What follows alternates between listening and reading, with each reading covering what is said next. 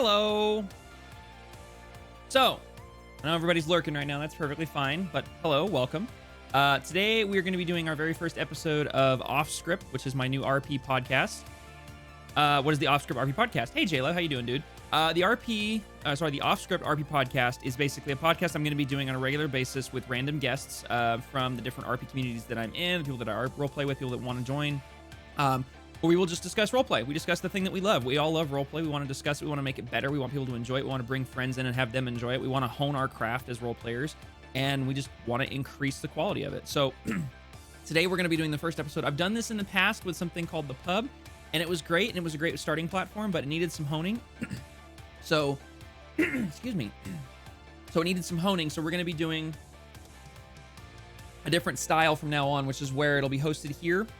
It's perfectly encompassed with inside of my channel and everything, and then I'll be bringing guests in that would like to participate, but on a much smaller scale because it was just a little too big last time. It was too difficult to try and coordinate like 6, 7, 8 people every time, and different time zones and everything, so it just need a little bit of consolidating. So that being said, we're going to be doing it a little bit differently. Today we have 3 guests. We have Mr. Humble, Oddities, and Riggsy. Most of you guys probably know who those people are. Oddities is my roleplay partner who plays Lauren Agostini. She plays April Gage. She plays Emily Vandersant on Red Dead RP. We have Riggsy, who plays Carlos Machado, as well as he's RP'd with me on Red Dead a little bit, as well as one of my FPS gaming friends. And then we have Mr. Humble, who plays Eddie Concord. He played Rick Happy Leaf, and he's played a couple other characters, which is just, he's all 3 are great role players. So today we're going to be doing that, and we're going to be discussing crime-related roleplay. We're going to be discussing the ins and outs of our takes on CrimeRP, whether it's petty, serious, gang wars, interactions with LEOs, things like that. So that being said, let's go ahead and bring them in. Hi guys. Hi guys. I hit the wrong button. I'm a pro. Yo. Hello. Hello. So, that being said, like I was just telling chat, we have Oddities, Riggsy, and Mr. Humble. So they will be joining me today, and we're going to be discussing CrimeRP. So one of the first talking points that was just kind of dropped in here in our chat was the concept of pros and cons of petty crime. So I think it's a great place to start because all of us at one point or another have played petty crime, whether it's Carlos being the pimp of Paleto, or it's Eddie doing his little putting the top hat on, running around as the guy pretending to be somebody else, or we have Tease and her pixie character, or me and Diego, or any number of the characters I've played. Petty crime is something that exists on every server pretty much and kind of needs to exist. But that being said, let's just kind of start the ball rolling here. Tease, what do you think, since on my screen here, the first on the left, what do you think are some pros of petty crime? I want to forward this with I didn't have enough time to get caffeine this morning, so my responses may not be as articulate. Pros to petty crime? Yeah, let's start with that. For me, I personally think that the pros to petty crime are there can be, I want to say a lot of movement, but that might not be necessarily true based on the mechanic.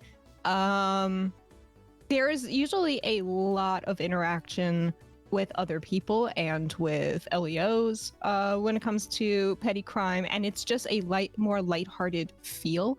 I find that petty crime can lead into some hilarious antics if done in a specific way. I don't really know. It just feels more flexible. Petty crime to me feels more flexible. It doesn't feel like you're shifting a character too much into one way or one direction. The character could still be who they are and not be like, chaotic evil or lawful evil, essentially. Yeah. And then just, have these moments where they're like, fuck it, I just want to steal cars. I just want to ransack shit. I just want to do this dumb stuff. And yeah. Okay. Humble, what about you? What do you think are some pros to petty criminal activity? Definitely just like the entertainment of it. It makes things go by fairly quickly in RP, and it's just, you find yourself usually just laughing a lot and all that, and it's just enjoyable in a sense of that. With petty crime, you can be really creative with it. Yeah. In a sense that there's really, for me, I feel like you set yourself up with a goal, and then it's like, okay, I want to do this fun, goofy little heist, and it's like going back and just like, oh, I'm gonna steal a bunch of candy bars or whatever, and then just make it goofy rather than having that serious element all the time, where it's just it goes back to being able to just kind of like laugh and enjoy yourself with petty crimes and stuff like that. Okay. Riggsy, what do you think your pros of petty crime are?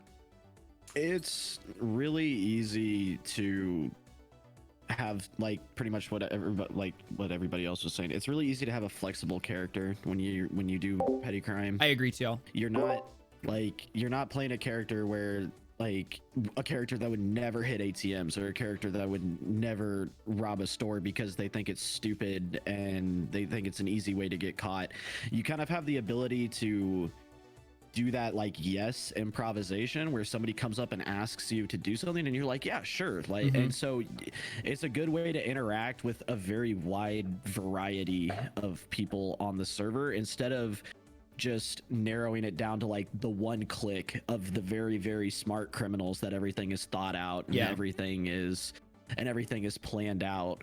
So you get to interact with like all of these derpy criminals that just run around and do whatever they feel like, and they have good interaction with LEOs and stuff like that. So it opens a lot more doors. It's a much better like starting plane to kind of figure out which route you want to go.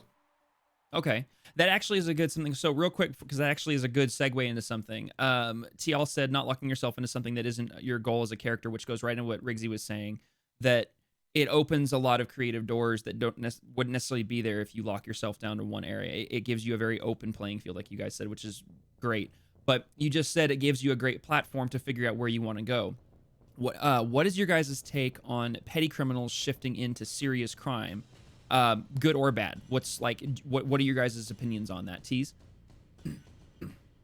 If it fits the character and there's a motivation there, I have no problem with it. That's how I've had character storylines roll out, and it led to some really interesting story dynamics. And I think that depending on the story and the situation and the character, I think that's actually like some characters will be petty, derpy criminals no matter what. That's just their MO. That's their story.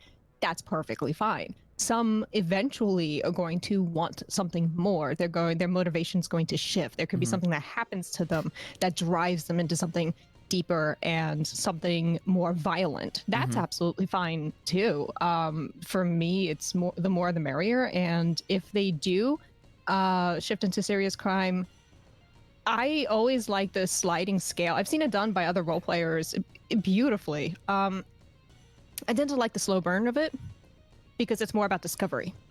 Your character is being introduced to these other underground elements, these more serious infractions and crimes and more violent acts, or they're getting access to things they normally didn't. And how do they react to that? How do they handle it?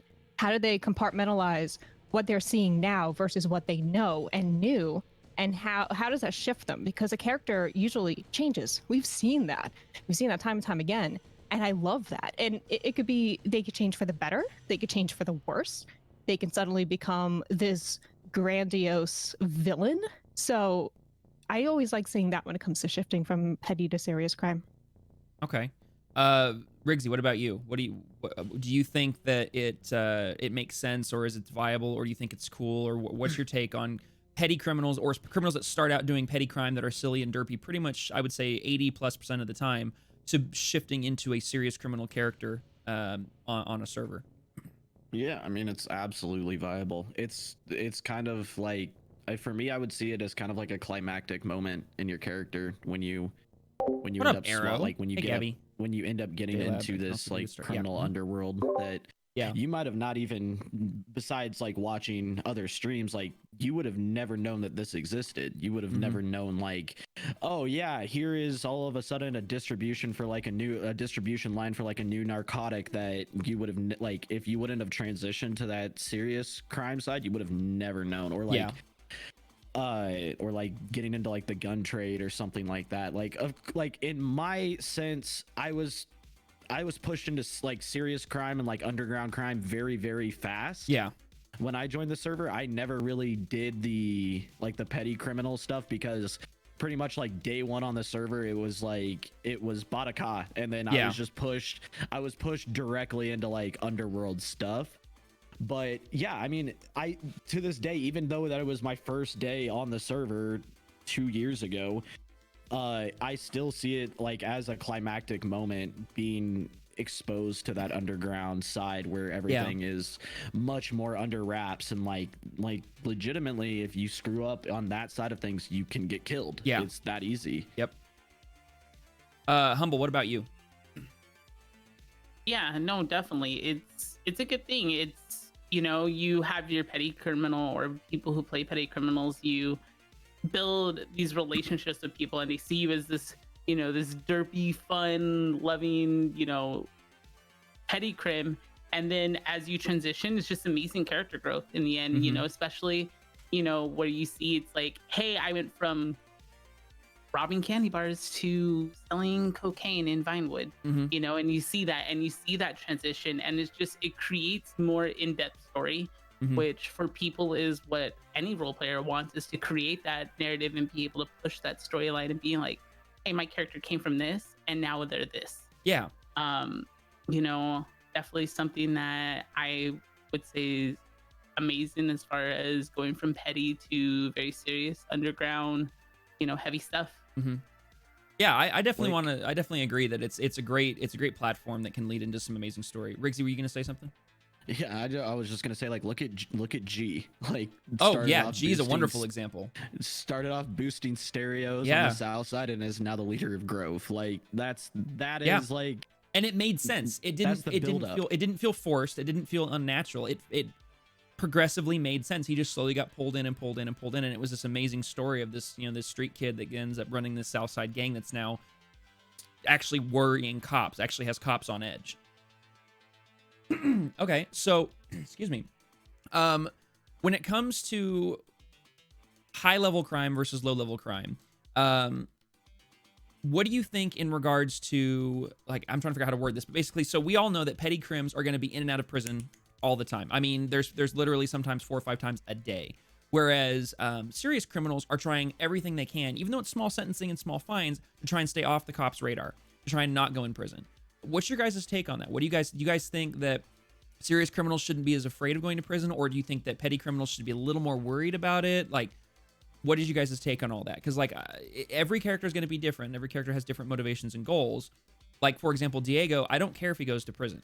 I don't care if he gets arrested 5 times a day or 1 time a week. Whereas Paco, I did everything I could for months to stay out of prison because I want him off the radar. So what's your guys' take on that, Tease?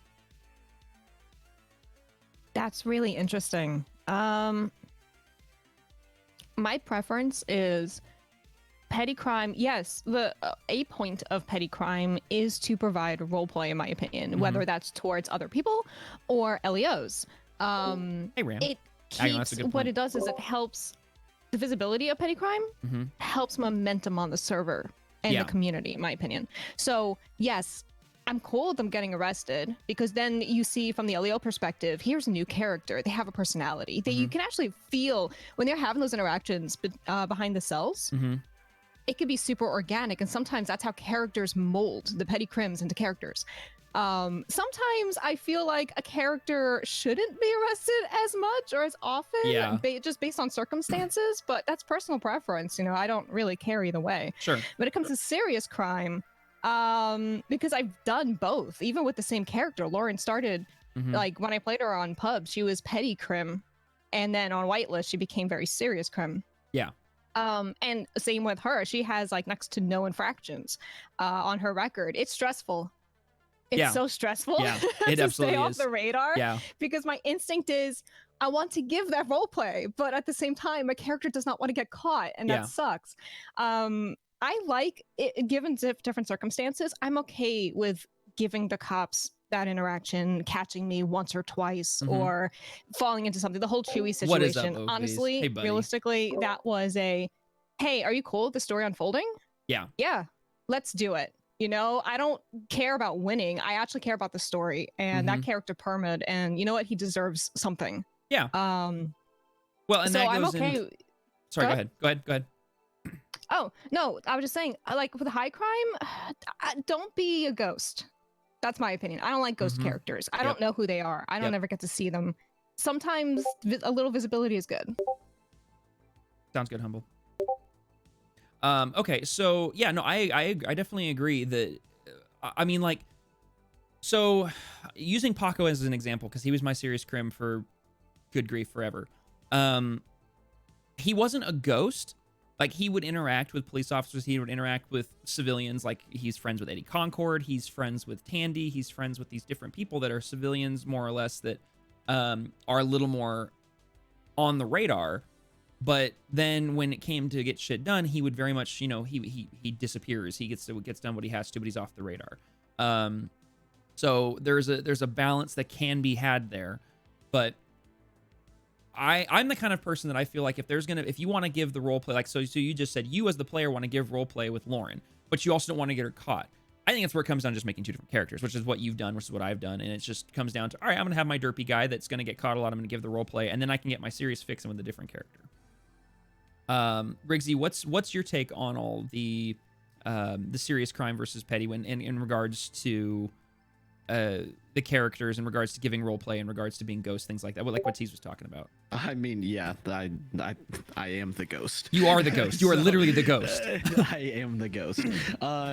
So I mean, I wish that I wasn't as like interested in not going to prison as I was. Like, I have this huge belief that down the line, like, if something were to happen, like, so say me and another person were to get into a shootout, we were to both go down, who are the cops going to believe? Are they going to believe, like, Timmy Tenerests over here that has that has like a violent tag on his record, or are they going to believe like the guy that has never been arrested for anything, has nothing on his record ever?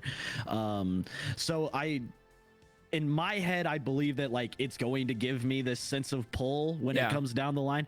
Do I actually think that's going to happen? No. Like, if I cap somebody with an Uzi, I'm gonna go to jail just as everybody else would. So I wish that I wasn't as like interested in having a clean record as I am, but I just get really bored really fast in like on my end of like when it comes to doing petty criminal things. Like, it's nothing against the people that enjoy hitting ATMs and stuff, but like I get so bored doing stuff like that on my end. Everyone has their own cup of tea. Everyone has their own preferences. Yeah, but like if I were to critique myself, I would be like, you know, don't worry about going to prison, because if you look at people that are actually in gangs and like leaders of gangs and like higher up members of street gangs, they rotate in and out of prison pretty rapidly all the time. And they're almost given cred based on how much time they've spent in prison. A lot of them have like, oh, you spent X amount of years in prison, so clearly you've done some shit, so I'm going to give you a little bit more, you know, respect or whatever. Everyone has their own viewpoint on it, but and that'd be a question for someone who's actually dealt with those people hands-on, which I have not. Humble, what about you? What's your 2 cents on all of this? Because Rick was kind of in the middle, right? Rick was kind of in the middle between kind of a derpy guy, but then he got involved in some serious things, didn't he? Yeah, like Rick, for example, he was always supposed to. Well, not I wouldn't say always. He started off as a petty crim, you know. He took over a lot and I wanted to do things where he would progressively go to jail, but as time progressed, you know, he made connections, he talked to people, and they're like, yeah, I have this, I have that. Do you want to get into that? At one point, you know, he was receiving all these things just for parking, and it was great. But at the same time, you know, I personally, as RP, don't mind going to jail. You know, it's good interaction. It gives police something, you know, some role play, and that's what it comes down to. I do see like the pros where it's like not wanting to go to jail for as a very serious crime, because you have these heavy things that are you know, you're pushing story and narrative, such as like you know, a table, you know, maybe a dirty weapon, and you know, these things can have a downfall on your character. And so, of course, you want to work hard on trying to prevent that. But at the same time, once it does happen, it's that so much more of a buildup for it. It's great. Yeah. Yeah, it definitely has its pros and cons to getting arrested in a role play sense, because like from a role play sense, Paco getting arrested is great role play because it molds the character in a direction. Rick getting arrested molds the character in a different direction. From the in-character perspective, it's like, oh shit, now I'm on their radar for X, Y, and Z. Like, just for kicks and giggles, I looked up Paco's arrest record because I forgot what he'd been arrested for. I didn't realize how many arrests or citations he's received for possession of an illegal weapon. I didn't know that. Like, that shapes the character. By them, the cops knowing that he has this track record of having these things, it gives the cops role play in that direction of, we know that, the X guy over here has access to things he shouldn't, so we need to keep an eye on him. Whereas if he's a ghost, cops never have that interaction, which doesn't give them any role play. And I know from an LEO perspective, lately, I've been dealing with a lot of petty criminals, which is great. I like the chasing. I like the rundowns. I like to, banter with them in the car, banter with them in the cell. It's great. I love it. But I also really like the investigative stuff that I gotten to be involved in just the 2 weeks I've been in LEO so far, like the shooting on the east side. We did a lot of investigative work with that. And that doesn't really happen a lot with petty criminals because it's kind of quick and in and out, There's a 911 call, you show up, you chase them, you arrest them. That's it. Quick, close, done. Whereas you have someone that gets shot somewhere, you've got to find casings, you've got to conduct interviews, you've got to start running down leads, you've got to check evidence and all this kind of stuff. And it drags the RP out even more. And you don't really see that with petty criminal, at least in my opinion, at least in my perspective. People who, and that actually kind of leads to another segue, which is the, quote, serious crime that is more planned. And what I mean by that is JLab is a wonderful example because he's done this with many characters where he has an idea in his head of a scenario. Like he has a beginning, a middle, and an end of how he wants to see it play out. And he kind of leaves the breadcrumbs for people, characters, or police to find to try and then lead in. What is your guys' take on that kind of role play where it's considered serious crime because you're talking about murder in the first degree, you're talking about, manslaughter, you're talking about kidnapping or whatever, but it's people treat that kind of scenario a little bit differently. We've had characters like the killer clown that was after Jay Parker's character. We've had Classy's character. I'm blanking on his serial killer's name. Somebody help me. What was his name? Oakes. Richard Oakes. Thank you. Characters like that are more, I don't want to say scripted because it's not scripted, but it's more along the lines of like storyboarded or planned. What's your guys' take on that kind of crime? Tease, we'll start with that. I wish I was that creative. That's on a totally different level because it's serious crime, but it's more psychological and it's more there. It's like a chess game. Yeah. And it can go on for months and it's just absolutely slow evolving story that at first a character could overlook and then eventually they discover there's something deeper and what leads up to this big thing. I wish I could plan like that. I really do because I think it's so interesting. Yeah. I feel like in moderation because a lot of that all at once, if like 2 people or 3 people storylines like conflict at once, just inadvertently, it can cause a lot of confusion. So it's such a thing that requires so much focus as well. So if there's if the city's burning, then those stories don't get the attention that they deserve. So it's all about balance, realistically. But well, and there's no way for anyone to actually know that because if you decide quietly yourself, I'm gonna play this kind of a character, and then to myself, I just happen to make the same decision for whatever reason. We have no way of knowing running characters at the same time, like unless we talk to each other. Yeah. But, I feel like those kinds of storytellers are more like a dungeon master or something. Yeah. Because they're literally providing the pieces for the others to follow and giving them this lead up. I think it's cool. So yeah, I think it's pretty cool. Riggsy, what about you? I wish that I could do stuff like that. And I think it's going to be the theme for this question. Yeah, no, I wish that I could do stuff like that, but I've kind of, in my experience with trying to accomplish something like that, it's always been like in an RP server, nothing is ever going to go 100% to plan. Nope, never. It's never going to happen. So when you set up these very, very vast goals for yourself, just understand that like tides are gonna change. Oh, yeah. In some instances, and you kind of have to roll with the punches on that. Like, I love people that set up characters like that are just these like really deep characters, but at the same time, like the people understand that all good stories come to an end at some point. That's the biggest thing, is recognizing that those kind of characters, you almost need to know how their end is going to be and be willing to accept it whenever it hits, because if you're not, you're going to be disappointed. Exactly. Yeah, if you keep characters around like that for too long, then it doesn't have the same impact as it does if you would have ended it, maybe a week earlier or something like that, Yeah. What about Humble? What about you? Because I don't think, have you ever, except for Rick, have you ever played a really serious criminal before? That's a genuine question. I have, actually. Oh, cool. Okay. On another server, I had a very serious Vago's character. Hell yeah. She had people laundering money for her. She had people pushing weed, and even though weed on that server wasn't as heavy as some of the coke, but that's because I wanted more of the weed game. I wanted more of that action instead. But she was very serious, and stories like where it's like you have that really in-depth character or a really serious character that has like you have a set goal or set mind plan, like set plan for it, where it can take a left turn or a right turn at any point, and you just kind of roll with the punches, as any RPer knows. Sure. Things just constantly shift and change. Yeah. Eddie had that in another server, and that's also why I enjoyed the whole Roxas and Cassidy thing, is that there were things in motion being pushed, and it was great RP, because even though they had that mindset of where they saw their character at any point in any given time, they knew what was going to happen to it. Yeah. And happened to that character, and they ended it. But it's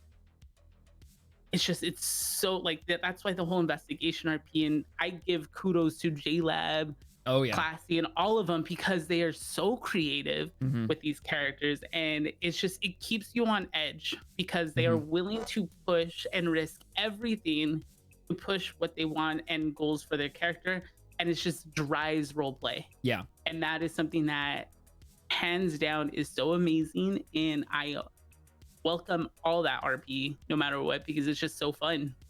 So in that topic of talking about driving RP, let's talk about pacing. So everyone has their different goals on how they like to pace things. Some people really want to have a quick conclusion to a role play scenario or an idea. They basically, like, within inside of a day or 2 or 3 or maybe even a week, they want to have the whole thing wrapped up in a nice little clean package. Others, like Richard Oakes, he was around for a while, from what I understand. I never watched that role play. From what I understand, that RP went on for quite a while. I know that Tial was mentioning the Sam Koss and Wooter story that was going on. I understand correctly, that lasted a while as well. Same thing with Jay Parker and the Clown. That was something that would kind of, it was like, you have the A story, right, of Jay Parker and Nikki and EMS and LEO, but then you have this underlying CDB story that keeps kind of rearing its ugly head every couple of weeks with just subtle little implications that reminds everybody, hey, I'm still here. I haven't gone away just because you think I have. What's your guys' take on pacing? Tease, let's go back to you. What do you think about that? I am absolutely a stickler for pacing. I really am.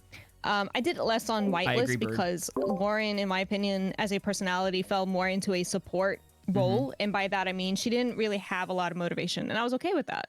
Her motivation played out on her pub story. Her pub story played out exactly how I wanted it without even planning, and I was satisfied. I was content. Pub story was beyond satisfying, 100%. Yeah. So on pub, though, I did plan a lot of that, like pacing. Whenever I noticed that story would start to stagnate for her, and I was sitting there thinking, okay, well, I'm kind of bored. I don't know what to do. I feel like she's falling into a rut. What does Lauren need? What is the next step for her story? What do I want to see out of her? She's been content and happy lately, so let's throw a curveball and be like, let's fuck things up. And so I would then try to slowly inject things into the roleplay to keep that pacing up. So that ended up being like the B story of everyone's doing all this other shit. There could be gang wars, there could be other issues and other things going on, and then this slow creep come back in the background of, oh god, there's another issue.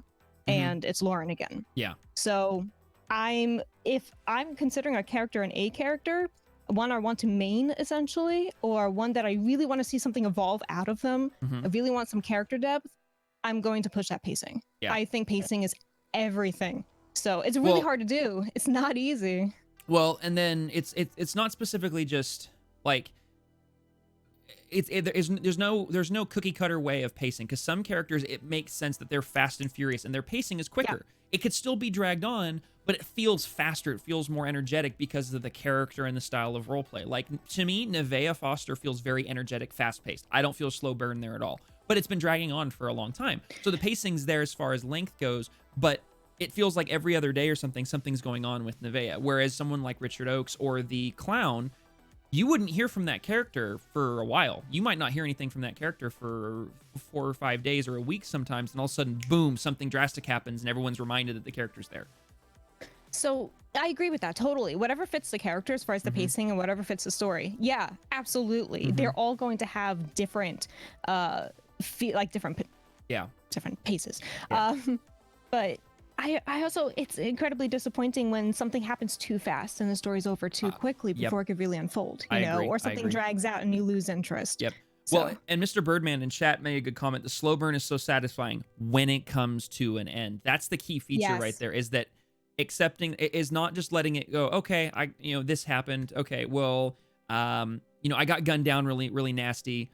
Thank you for that host, by the way, Mr. Birdman. I got gunned down really nasty, but I'm going to get back up and I'm going to keep going. Okay, that's fine. But if you've done that several times, or you've been arrested like 12 times, or for these like really heinous crimes, I'm of the mindset personally that, okay, maybe that story should be winding down because they've caught you on this, or they've caught you on that. That's just my opinion. I'm not saying that's the be all end all, but having that end is so huge. And it's like, so here's my example of this before we move on to Riggsy. And this is me realizing, hindsight, what I should have done.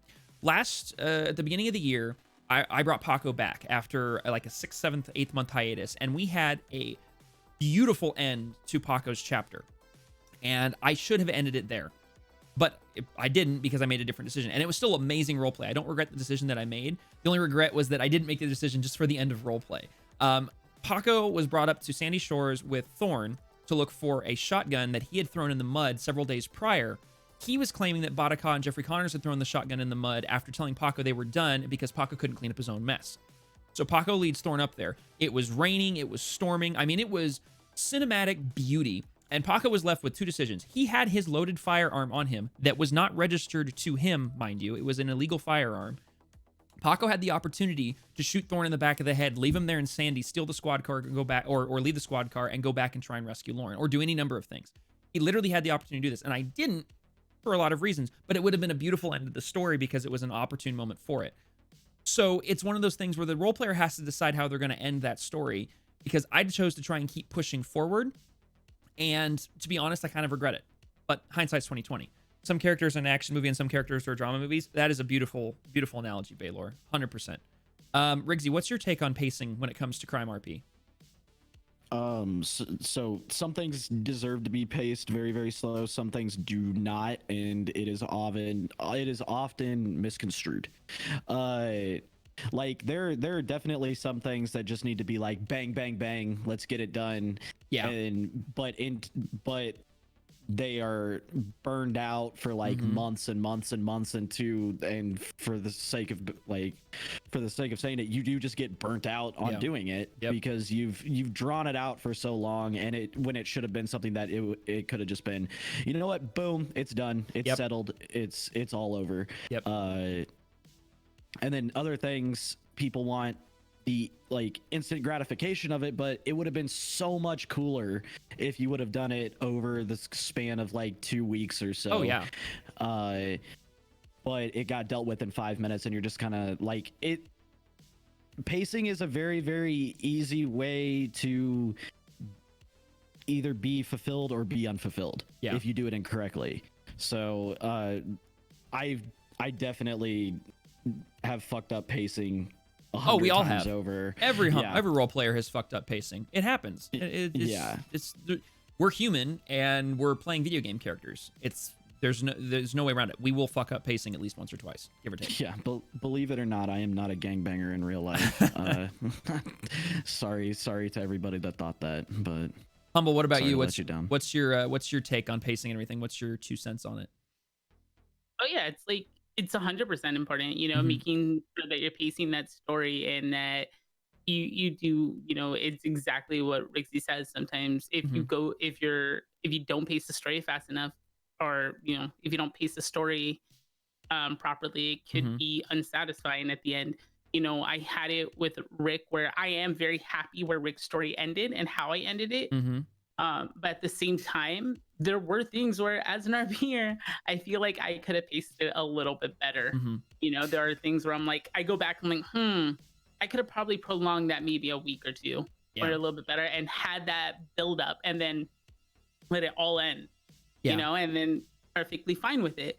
But in hindsight, it's so important as a role player is to understand that you're going to have action movie characters and you're going to have the slow burn drama movie characters, Mhm. and it's just finding that happy medium within those characters and what their story is, and being Mhm. able to pace it properly, and to really kind of, even if you feel like you're rushing, just take that step back and say, okay, wow, this story is really unfolding fairly quickly. It's Mhm. like, and then just saying, what can I do as an RPer to give better role play? Because if you pace it properly, you're not only providing better role play for fellow RPers, you're also, creating a more dynamic story. Oh, And that's 100%. why it's just being able to have those moments to say, oh, okay, yeah, we're moving a little too fast, let's go ahead and slow it down a little bit. Yeah. Or hey, we need to speed things up a little bit more. And I think it's perfectly viable to say that any character has the potential to slow down or speed up at any time during their given story, provided that it makes sense. Like, you can have a derpy crim that's action-packed and is constantly running around doing stuff, and then all of a sudden you get a taste of that, oh shit, this character just stepped on a landmine of some serious RP, and you can pump the brakes real quick, dial it back, and that derpy criminal that's been running around doing silliness all of a sudden is involved in serious storyline. I'm of the mindset that if you as a role player get that nugget, it drops in your lap, and you decide to pick it up and take it, I believe that as a role player, it's your responsibility to take it seriously. Because if that, assuming that that nugget is not just solely your roleplay story, that it is involving other people, you want to respect everybody else's roleplay by taking it seriously and not, you know, disrespecting it by moving it too fast or not taking it seriously or not taking the consequences seriously. And that's something we could talk about now would be consequences of CrimeRP, which is any number of things. You've got arrest, you've got getting arrested, you got getting on the cops' radar, you have pissing off other criminals, you have death, you have all these potential consequences, and it comes down to accepting the consequences for what they're worth. And what I mean by that is, I'm probably not wording that amazing, but if a consequence hits your character, I believe in taking it seriously. If it's a derpy, like I'm the mindset, if a derpy criminal gets arrested for hitting an ATM, in and out of jail in 5 minutes, it doesn't bother anybody. The ATM didn't belong to a player. You ran from the cops, you caped the cops RP, whatever.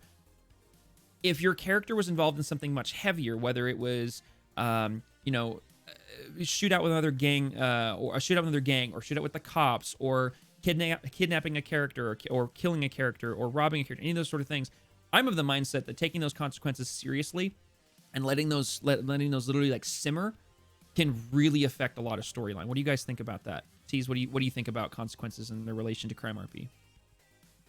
Yeah. Consequences are definitely a thing that should be respected, even if they suck, because they're gonna suck. I'm and reading you're your not gonna comments, want by the them, way, and I'm in full agreement especially with all since you you're guys. playing your character. Petty crime is hit and miss. But yeah, I kind of agree. If you're acting dumb or bringing attention and you get a beat down, respect it. Yeah. Don't just absolutely ignore it. On the serious side, that's where it usually hurts more, because you're benching a character Mhm. for weeks or months, and who knows, dealing with other it's high stakes essentially. You could lose a character very easily, so it's very high stress. But I think those consequences should also be respected. It's just about coming around to the acceptance as the player that you need to do it. Yeah. Real quick, there's some comments going on in chat right now that are actually kind of interesting involved in this. Ram was just saying, funny enough, I feel like we're more rushed on whitelist than we were on pub as far as pacing of things, and that's really weird to say in hindsight. And I think he's actually kind of right. I feel like there's this sense of rush that exists within CrimeRP. Like people want to see results quickly. They want to see things happen fast. They want to see progress quickly. They don't want to see things like drawn out. Whereas on Pub, I never felt that personally. I never felt like there was this sense of, oh, we got to get done right now. We got to have this happen right now. I didn't feel like that existed at all. And then Bird, Viking Witch, and Project Neon are talking about a sense of burnout when you're playing your character and so much happened within such short period of time, so the pacing wasn't there, and you just don't want to play anymore. Like it just feels like you just stepped into a hurricane. And I've definitely seen that. I think I've been involved in that definitely as well, so I can relate to that. Riggsy, what's your take on pacing when it comes to this? I thought consequences. I'm sorry, consequences. Sorry, I'm reading two different things at once. Apologies. Like, consequences. Shit, I had a whole lot to say about go for it. consequences. Consequences. Okay. Sorry, apologies. All right. I'm gonna say this once for everybody. If you do something serious such as shoot somebody or rob somebody, do not avoid the consequences that are going to come to you because of it, because it is some of probably the best role play that you're going to get. It is some of the biggest, thickest, meatiest chunk of character development that you are going to receive when that happens. So when you decide hey, you know what, this dude scammed me, I'm gonna go fuck him up, do not go into hiding or do not get off the server for 4 months because you're terrified of the fact that you're gonna get thrown in a trunk and probably left in a shallow grave somewhere, because quite frankly, in the end you decide your character's fate, but the consequences are such a good chunk of what develops your character in the end. So like take it as you will, like when you get shot because you shot somebody else, but holy shit, don't avoid it, because you like it's some of the most fulfilling role play that you're gonna get. Well, and before we veer off too far from that, I 100% agree, because I did the exact same thing last year. I had been more or less worried about logging onto Paco, and I wasn't trying to specifically avoid the consequences, because I was still having my character go around, but I wasn't really diving into it. And finally, there was an opportunity where I had a chance to pretty much dive into that conflict of like, all right, let's see what happens.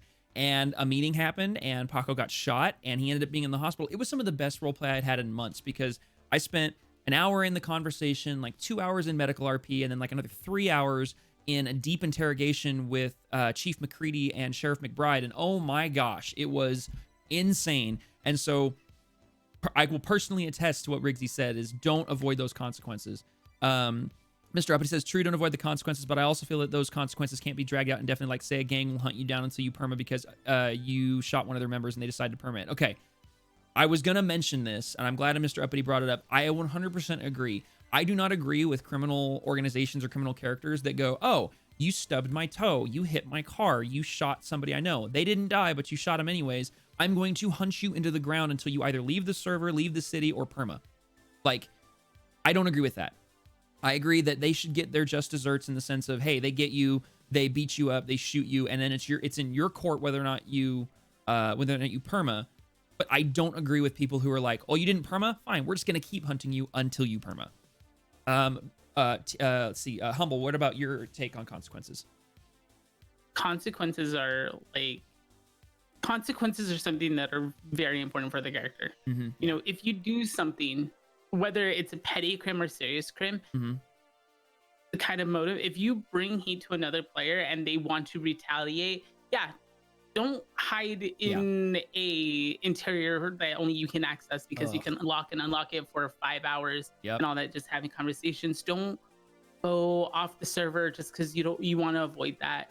It comes down to, it's like, okay, you did something. No one can force you to perma, obviously. No one's gonna say you have to kill your character off, but it goes back to that, where if you're a serious gang or you're going after to get those consequences, get them back, of course, by all means. Take care of them. But once it's done, it's done. You made amends. Whether they perma as a role player, it's about that respect for the other RP. It's like, hey, I did this to your character, I shot him in the desert. If you perma, cool, awesome, thanks for driving that storyline, thanks for doing that. If you don't, no hard feelings. We're we're cool at that point. Yeah, there could be some animosity between it, but other than that, you know, it's so important to have those consequences because as T's mentioned, it builds that character up and it pushes things forward. Yeah. You know, I know that sometimes it sucks and you don't want to have to deal with it because let's be honest, you know, sometimes you don't want to like, oh man, what's going to happen? You know, but in the end, it's just, you got to sit back and say, hey, my character got shot. Let me go ahead and push more RP towards EMS, police, or hey, let me go ahead and build up this character and have that character growth and say, hey, this person has a death on his hands because he murdered my character. And or beat him up. And several people in chat have mentioned a couple things, and Riggsy has a comment he wants to make, but real quick, because I think it's probably going to be in line with that, is there's a lot of talk right now in chat of there's a heavy win mentality right now, and it's not specific to any one server, character group. In general, I've seen it on several servers. It's a heavy win mentality right now. People will do anything to win. People will do anything to try and get the win in RP. And I agree with Birdman. The best RP comes from losing. Some of the best RP that has ever come is when you lose an RP scenario because there's character growth. Sure, the character loses because they lose assets, they lose time, so they're in jail or whatever. But you as a role player win because you now have character growth. You have a nugget of RP that drives your character forward rather than just making money and winning all the time. No one ever benefits from a character side of it by winning. You don't, because then your character just thinks they're the best. There's no conflict, there's no resolution, there's no growth. Riggsy, what were you gonna say?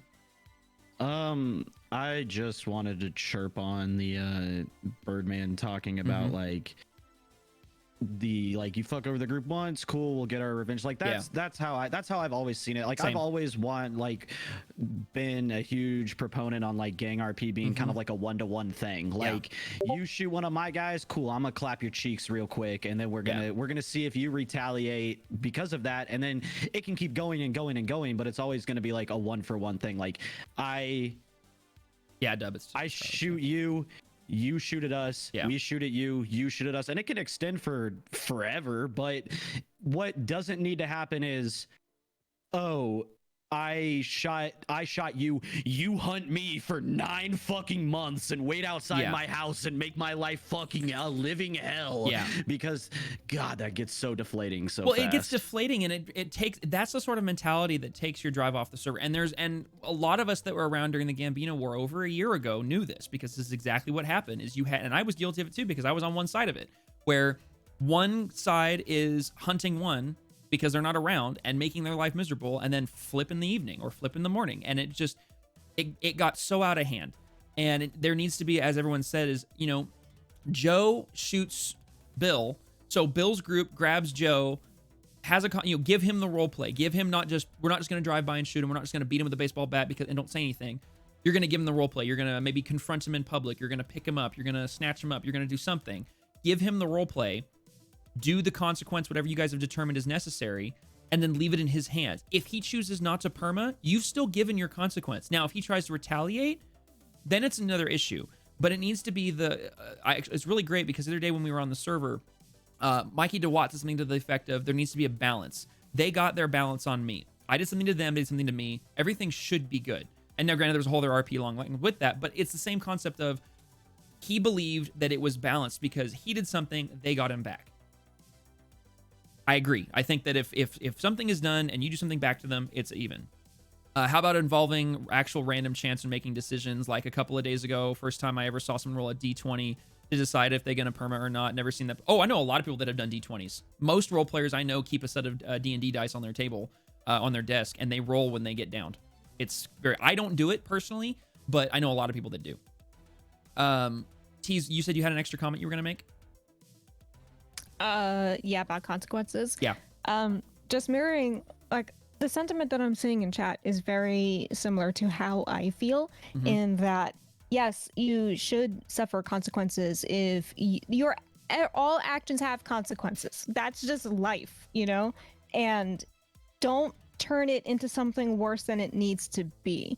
Don't, like as everyone was saying, if we've had those instances where we were told, like, LC was looked on as weak because we were told to, like, take out somebody or get rid of them and do this shit. We were the enforcers. Yeah. And that's how we started on the east side. And we were like, wait a minute. they didn't do anything that bad. It wasn't like they murdered anybody. It wasn't like they fucked you guys over that bad that you lost all of your assets. So we would beat them and tell them, okay, your debt is paid, you're good, walk off.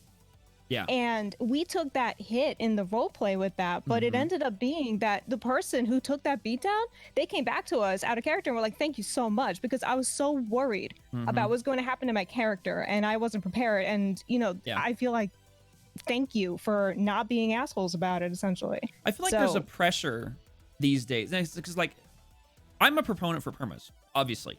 Like I've only permed a couple of characters before, but I have permed them, and I'm definitely a proponent for it. That being said, I feel like there's this overwhelming pressure in the roleplay community that if you don't perma ever, like, you get frowned upon. And I do agree that people should be more willing to perma their characters, but I don't feel like there should be this pressure that anytime there's a conflict, they feel like they have to perma.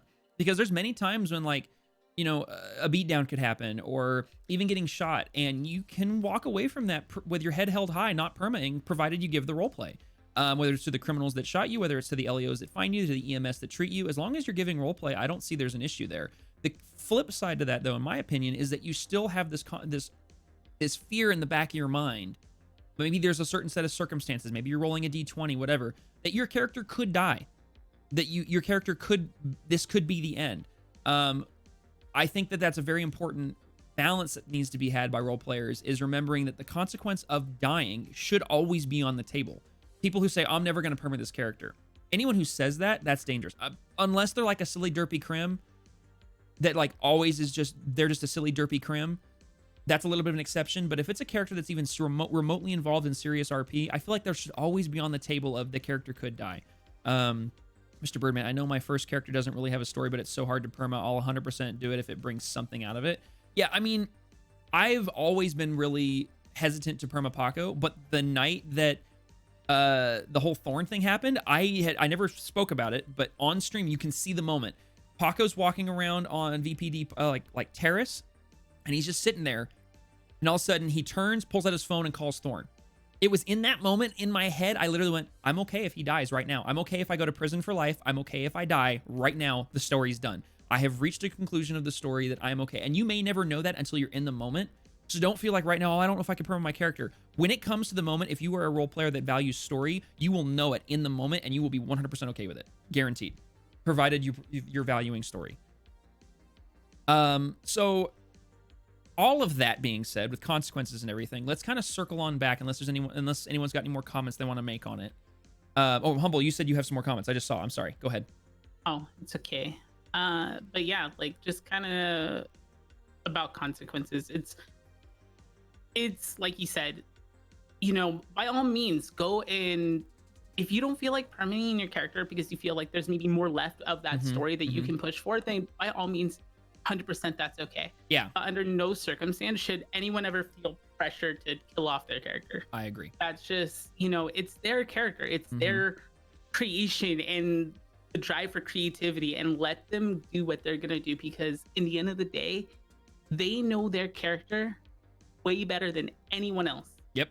And all that. And the thing about like consequences is once you take your lumps and you have it, whether you perma or not, is to don't be afraid after you've given a consequence to let it continue thrive. Like bring in other people, evidence, things like that to push, you know, like, hey, in the end of the day, like when you're issuing out a consequence, like especially for serious crime, if someone burnt the chop shop and you take them out to the middle of like, you know, and you decide to beat them down in the middle of the city, there's cameras there, things like that. Just like pay attention to that and then just say, okay, let's go ahead and get police involved, you know, really push that, because again, it's about giving as much role play as possible to really be able to just say, hey, here's the story, and push that narrative, and don't worry about the win or loss, because in the end of the day, we're a bunch of dorks playing our characters and creating stories, and it is so fantastic. And everybody wins when story's happening. Oh, no, 100%. if story's moving, nobody's losing. Your characters might, but you as the player are not. Tease, you have one super quick thing apparently. Yeah, quick thing, because Humble touched on something that reminded me.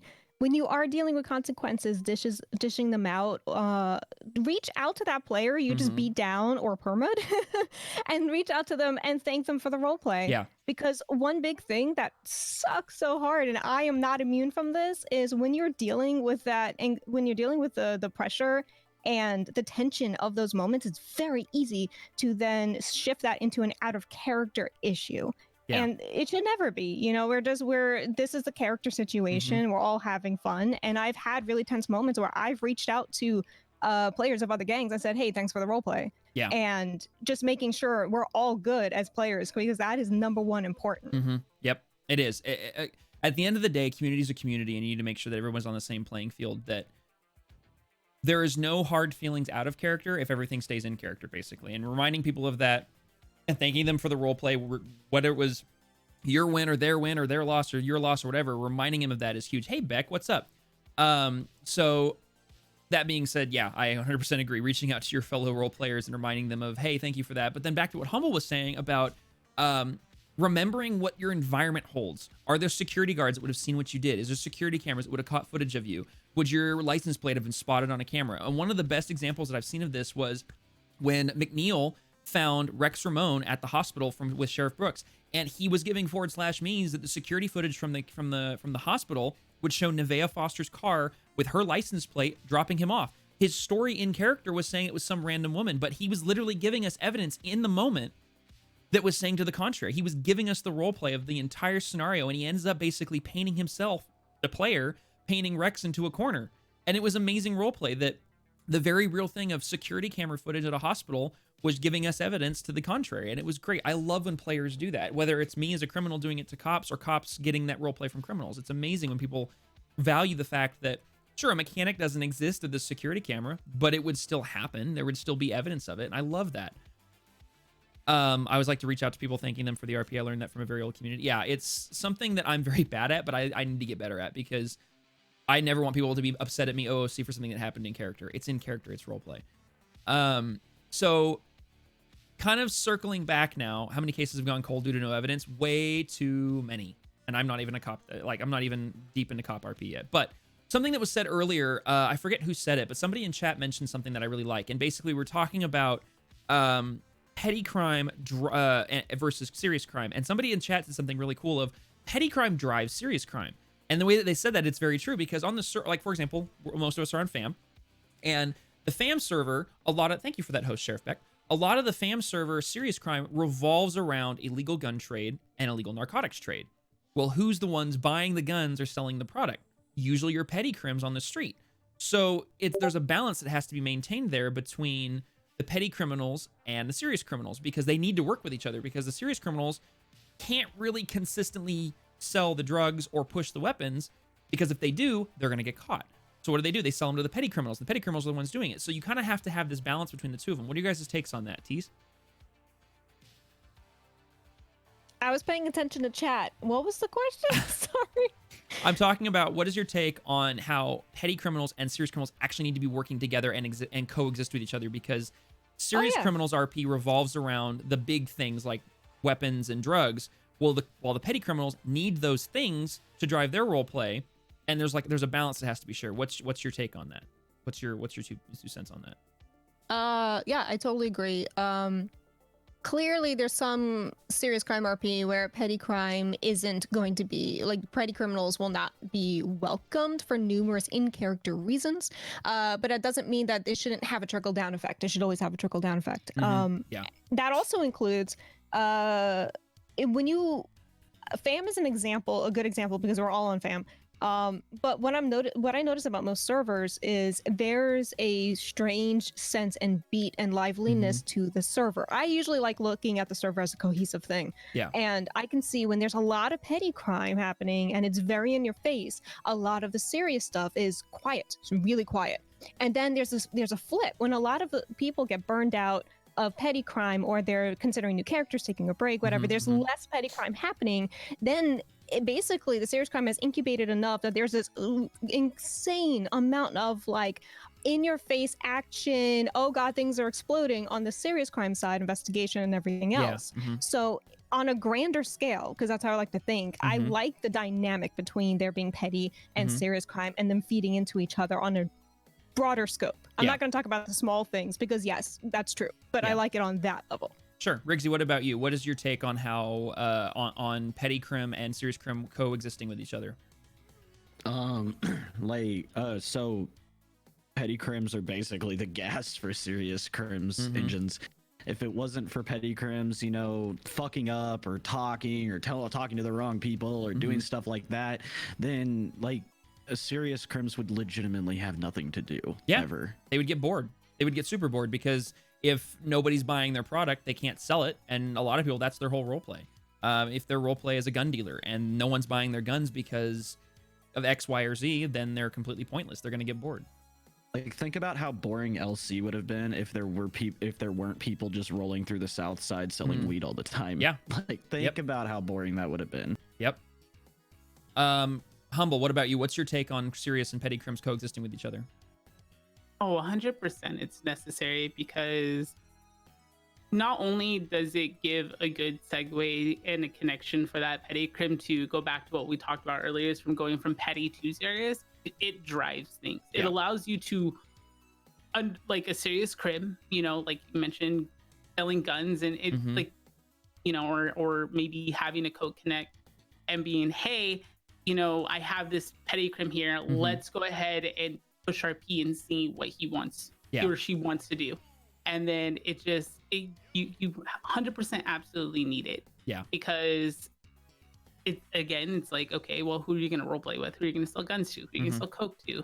Yeah. You know, you can't, it's a happy balance in a way where it's like, you know, you got to find that happy medium within, you know, do you have enough petty crims to kind of hang out with, or on the server, or do you have too many serious crims? Yeah. You know?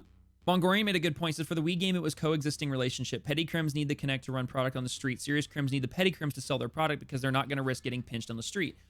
That's a prime example of what we're talking about here. Something that needs to be kind of taken into account in this, in my opinion, I'd like to hear you guys' thoughts on this, is that petty crims need to exist, obviously, and run this product and run stuff for the serious crims. But at the same time, I'm of the mindset that the petty crims still need to take seriously the RP. Because there's a coexistence level, and this is not exclusive to the petty crims. Both sides need to take each other seriously because there's a coexistence that needs to happen. Serious crims need to respect the fact that the petty crims are gonna get caught. They're gonna be stupid, you know. Because if they're not, then if they're not losing the product or selling it, then they're not buying it from them. If they're not getting caught a lot, then there's no roleplay happening there, so they're gonna get bored, and the serious crims aren't gonna have anything. But on the flip side, the petty crims need to respect the fact that they're now bumping up against, involved in, dabbling in the serious criminals RP. They're now involved in it because they're buying their product. So there needs to be that side of their brain as a role player, in my opinion, that kind of remembers that and takes into account, oh, as a petty criminal, I still need to remember that I'm dealing with somebody else's role play. I need to respect that. I need to respect that existence of role play and not just go, oh, I'm just going to tell the cops everything, or I'm going to snitch on everyone, or I'm going to do this. They need to kind of remember that because you're dabbling with other people's role play. So, I think we're skipping T. So, Riggsy, what's your take on that idea of how there needs to be a mutual respect of each other's role play between serious and petty? Sorry, I was muted. You're okay. You definitely have to respect each other. Like, you have to understand that some people don't want to be serious criminals. Like, it's not everybody's style. Like, the amount of slow burning when it comes to serious crimes, like that just doesn't float everybody's boat. Yeah. Some people just want to get in, they want to have fun with their friends doing derpy stuff, and that's that. And that's awesome for me because it's a balancing system. Like, if it weren't for them, then like I said earlier, if it weren't for petty criminals, serious criminals would never have anything to do. Yep, it's true. Because like all that I would do if it weren't for petty criminals is I would sell all of the drugs that I have, and I would just roll around and just like look for people. But like, it's so much cooler to be able to like distribute to quest give as a serious criminal to petty criminals. And so like when you have a serious criminal character, be open to the idea of quest giving to petty criminals, because it's a lot of fun. It actually is. like it's something that I really recently started doing, but I've been having a whole lot of fun doing it. Oh, it's a blast. And my only catch to that is that if you're going to be as a serious criminal, if you're quest giving to smaller petty crims, as I think, who said it? I think it was Birdman said, I think they need to know the seriousness of what RP they're getting into. That's the kicker right there, is if a petty crim is going to start dabbling in serious crime, whether that's buying cocaine, buying illegal guns, doing chop, anything that starts to bump up against a serious criminal's role play, they need to take that element seriously. They can still go off and be derpy. They can still go off and do what they want to do. The Nobodies is a great example. But they need to respect that element of the role play. They need to not go shitting on somebody else's role play just because they're a derpy petty crim. They need to respect that. If you don't want to get into that, if it's not your, like Riggsy said, if it's not your cup of tea, maybe don't get involved in that. Maybe keep this character out of that. Maybe don't have them buy cocaine from that person. Maybe don't have them buy an illegal weapon from that guy. Maybe have them don't do chop shop. Maybe just do other things, because then you're bumping into other people's role play.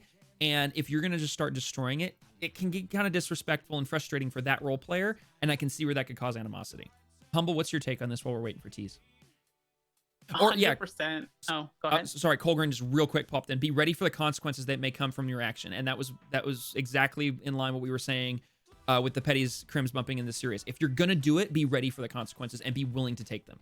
Sorry, go ahead, Humble. No worries. Yeah, 100%. Like,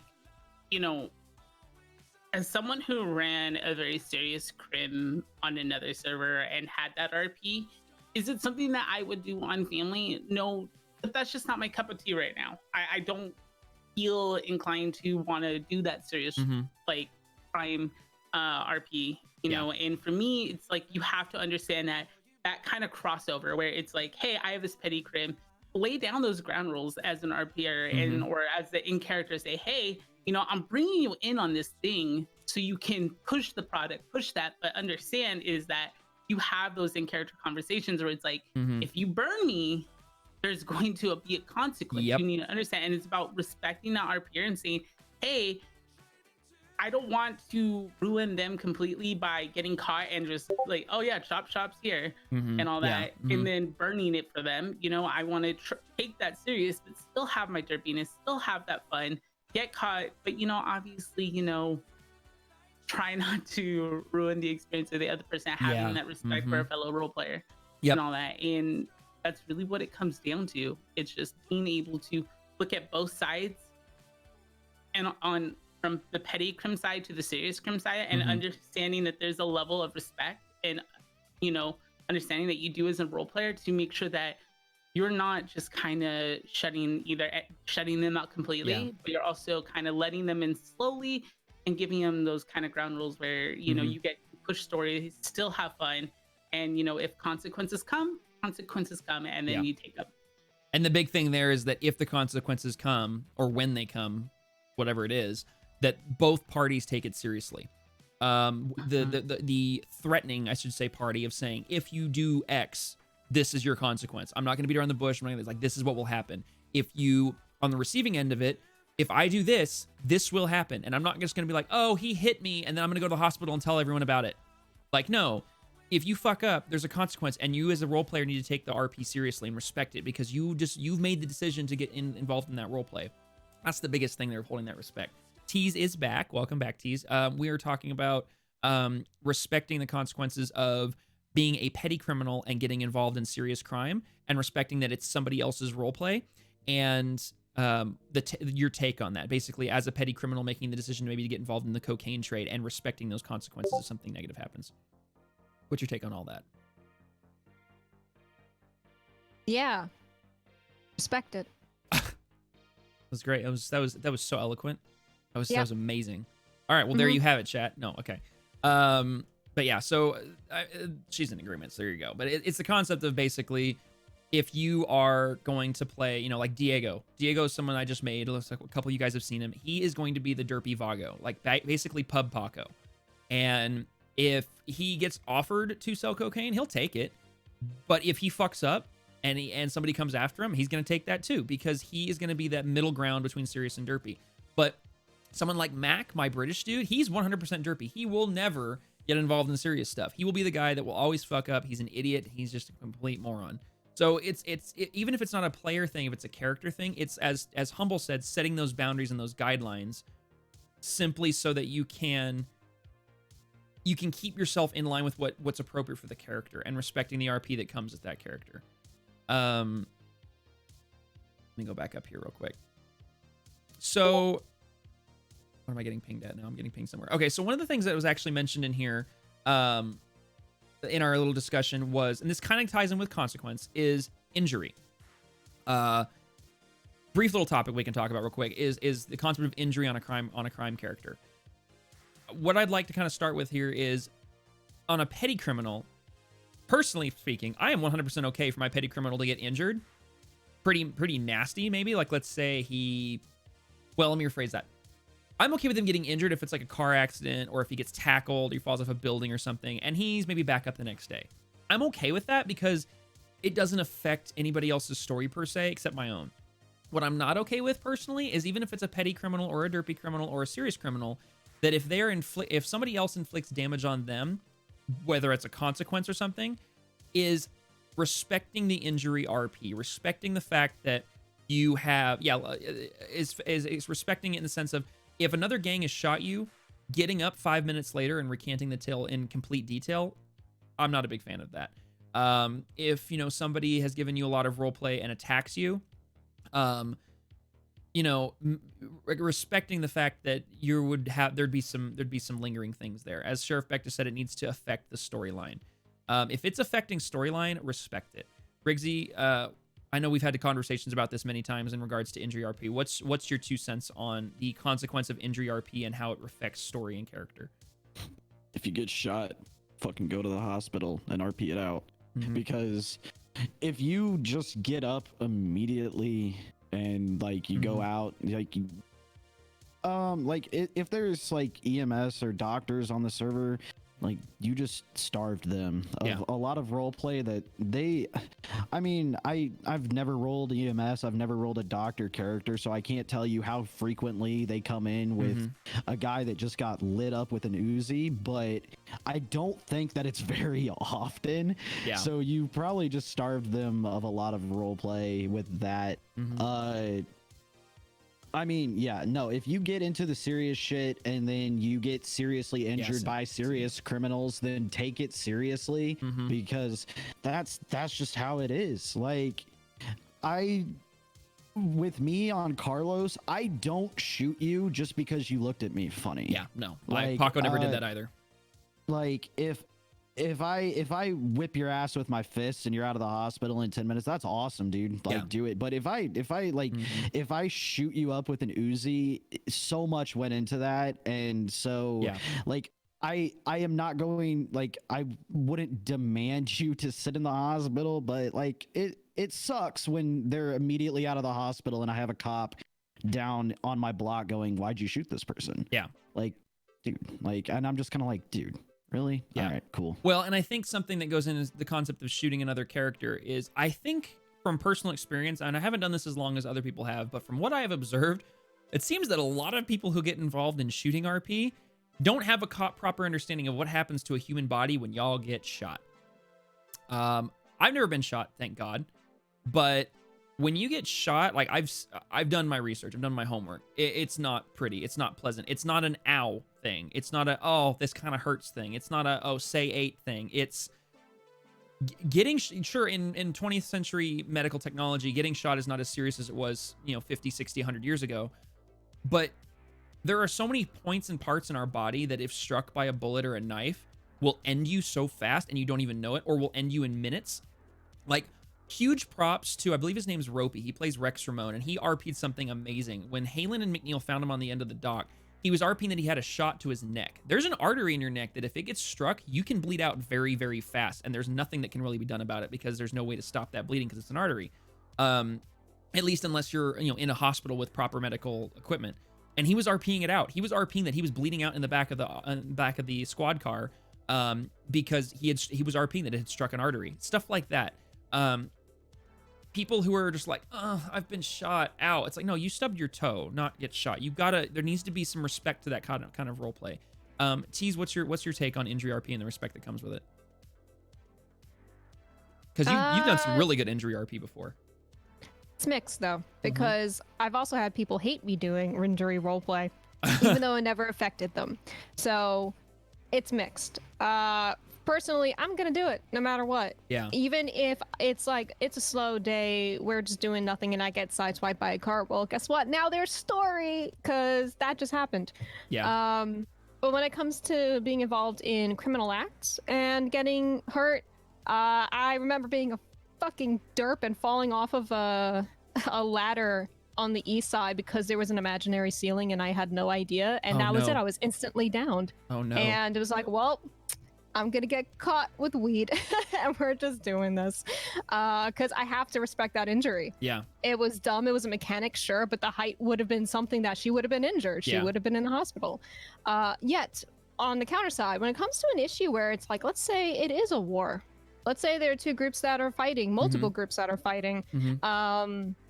There's that pressure to get back up because of I need to provide, I need to keep this moving, I need to go. Sit out. Yeah. Sit out. If you got shot down by or like blown up or anything high caliber, sit out. It's okay. Yeah. Also, but there's also the other side of it is if it turns into a hunt that is prolonged and it starts to stagnate and it's just becoming a gunfight and the story is lost. It's becoming Call of Duty.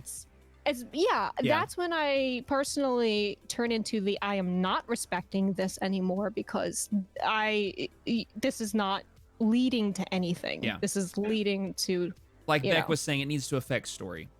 Yeah. If it's not affecting story, there's that. And you mentioned something real quick.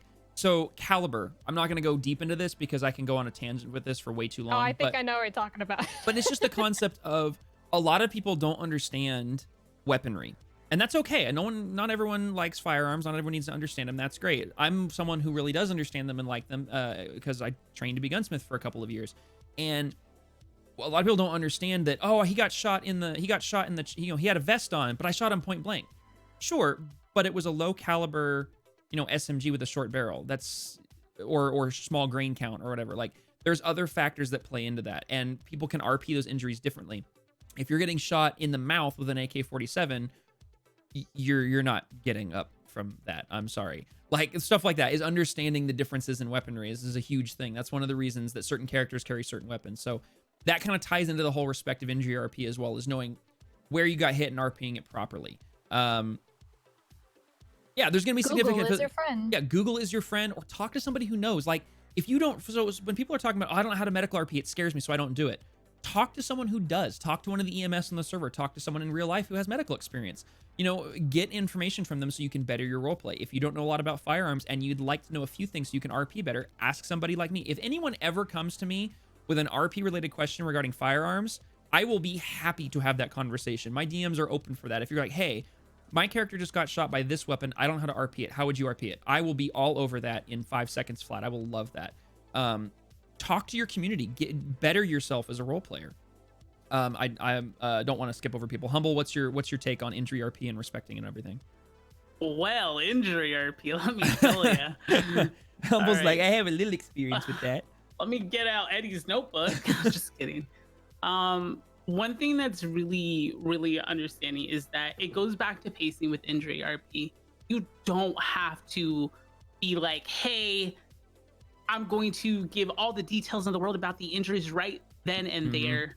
You can say, okay, hey, my character's going into surgery for a gunshot wound. And trust me when I say this, you don't have to be detailed. It's just, you can come back and open up a ticket, talk to them and say, it goes back to pacing. It's saying, hey, especially if it's involving another player, it's that level of respect where it's like, you're not in and you're out, it's this is not a target where you just walk in no. Put a band-aid and then you walk right out. Nope. You need to respect that person as an RPer because it's just going to push story and they're going to want to do so much more if, as far as like role playing and pushing a narrative with you, that if you walk into the hospital or you're transported, whatever it may be, and you're like, hey, I'm at a loss for my injuries because I got my consequences. I got shot. Mm-hmm. Oh man, my character's in the back in critical condition. Status unknown. DM the medics and say, hey, I'm gonna open up a med ticket. Can you help me? Yeah, there you go. And Yeah. saying, bam, there you go. Like, dude, the ticket system is so underused and such an amazing resource. For criminals who want to give evidence to the cops, the criminal ticket system is amazing. And for tickets to the med staff so that you can better the role play, it's incredible. And they are so underused. mm-hmm. And I would so much rather, especially once I'm on my EMS and saying, hey, so-and-so ICE contact, I know you want a status update, but it's currently unknown right now, because it gives that cliffhanger. It gives like, oh my God, I don't know what's going to happen to my friend or or whatnot, because they just got shot. Yeah. And then that pushes them to say, okay, we need to figure things out. We need to get the police involved. We need to do these things. And then that gives the RPA who got her plenty of time to say, hey, I don't know what it's like to get shot by gun, help, and things like that. Like, I think the longest I benched Eddie was for like 4 or 5 months. It was a while. I remember long that. time. Yeah. I will admit some of it was burnout. Well, and that's fine, but it still helps story. And I was going to mention, Sixie actually mentioned something. If you sit out and respect the injury, it helps with the pacing. 100%. This goes back to what Tease was saying with the war. If both sides know inherently in the back of their heads that everybody that gets down is just going to get right back up again, the war will never end. It will continue to go on. There will be no conflict resolution. There'll be no story progression. It'll just be shootout RP, which is not RP. If you get downed, you don't have to perma. I'm not saying you have to perma, but if you at least get down and respect the injury and go, you know what? I'm just going to have my character be down till the conflict's over. So they're out, right? That's huge, because now that one side is down a man. That drives them to maybe step it up a notch to try and get the other side back or whatever. And the other side has the same respect. If the respect is mutual and flowing, conflict resolution will take place and story progression will happen, guaranteed. Bluebird mentioned, put it this way, if I get shot in the chest by a Desert Eagle 50 cal, I'll take that way more into account than being shot by an SNS pistol. Again, that comes back to ballistics and understanding how bullets work, understanding what bullets sizes are. I mean, most people who are not comfortable or familiar around firearms don't really understand the difference in size to an SNS 380 ACP round and a 50 caliber BMG round that you find in the Desert Eagle. Huge difference in rounds. They are a very different stopping power. They're a very different everything. And Mr. Birdman mentioned maybe putting together like some sort of like a little quick guide for GSW wounds. I have no problem doing that. Coordinating myself and several others, maybe some of the LEOs who have actually had some real life experience with gunshot wounds, because I have not. Mine's all book knowledge and just head knowledge, but coordinating with some LEOs and putting together a quick little GSW guide, that would be amazing. So the people who get shot in character know how to RP it better. And Riggsy mentioned earlier, I think if people really understood, sorry, I said the wrong, the 50 AE, not the BMG. Sorry, I mentioned the wrong one. But basically just a quick info guide, because if people understood a more in-depth understanding of what a GSW will do or how firearms really function in regards to inflicting harm on another human, maybe they wouldn't be so quick to just shoot everybody. That's one of the reasons that Paco's done more with baseball bats and machetes and switchblades than guns, for that exact reason. Jam did it with Archie when he got shot at Redline a couple of times. Oh, Jam was great. He rested Archie for like a week or longer whenever he got shot. Jam respected gunshot wounds immensely whenever he got downed. It didn't happen often, but when it did, it was there. Can we have hollow points, please? I mean, hollow points would be kind of a whole different thing. Some servers have a nice mechanic for wounds, so it sort of tells you what type of injury you'd have suffered. That'd be kind of cool, too. Okay, so one of the last things I think we had on here that would be really interesting to talk about is the crime and mechanics versus creative ideas. This is something that's come up in conversation outside of this podcast many times. The difference in doing crime with zero mechanics versus doing crime that's based around a mechanic. I'm just going to open it up to the floor of whoever wants to kind of pop in comments on this, because this is an interesting topic that spans a pretty wide range. Tease, if you'd like, we can start with you. If you've got it was something you brought up, so why don't you go ahead and start us off? So this has been mentioned even on the previous iteration of the podcast, but it's something that I personally feel that the server is your oyster. You can do whatever you want when it comes to creative ideas as far as crime. especially with scenes being left now, you can leave evidence. Oh, yeah. You can have tickets. There is so much more provided for you to come up with creative ideas of I'm doing crime, but it's not the typical I'm just going to be boosting cars, selling drugs. But even when there is a mechanic implied, I know that this is big with the drugs right now, and I am going to speak from fam because fam is the most experienced. Yeah. I've always roleplayed that Lauren had access to drugs before they were ever mechanical devices on the server. Like Oxy is her thing. Oxy is the one tripping stone that will always do Lauren in. And so I used to do /me's of having the prescription bottle. When scenes were added, I would leave scenes around the house of looking like Lauren's frantically like scrambling looking for this imaginary item. And then when they were added, it seemed like it nullified a part of that creative outlet because now I literally do not have Oxy as a thing I can put in my closet. Yeah. So just because something exists, it doesn't mean that you should limit yourself around that.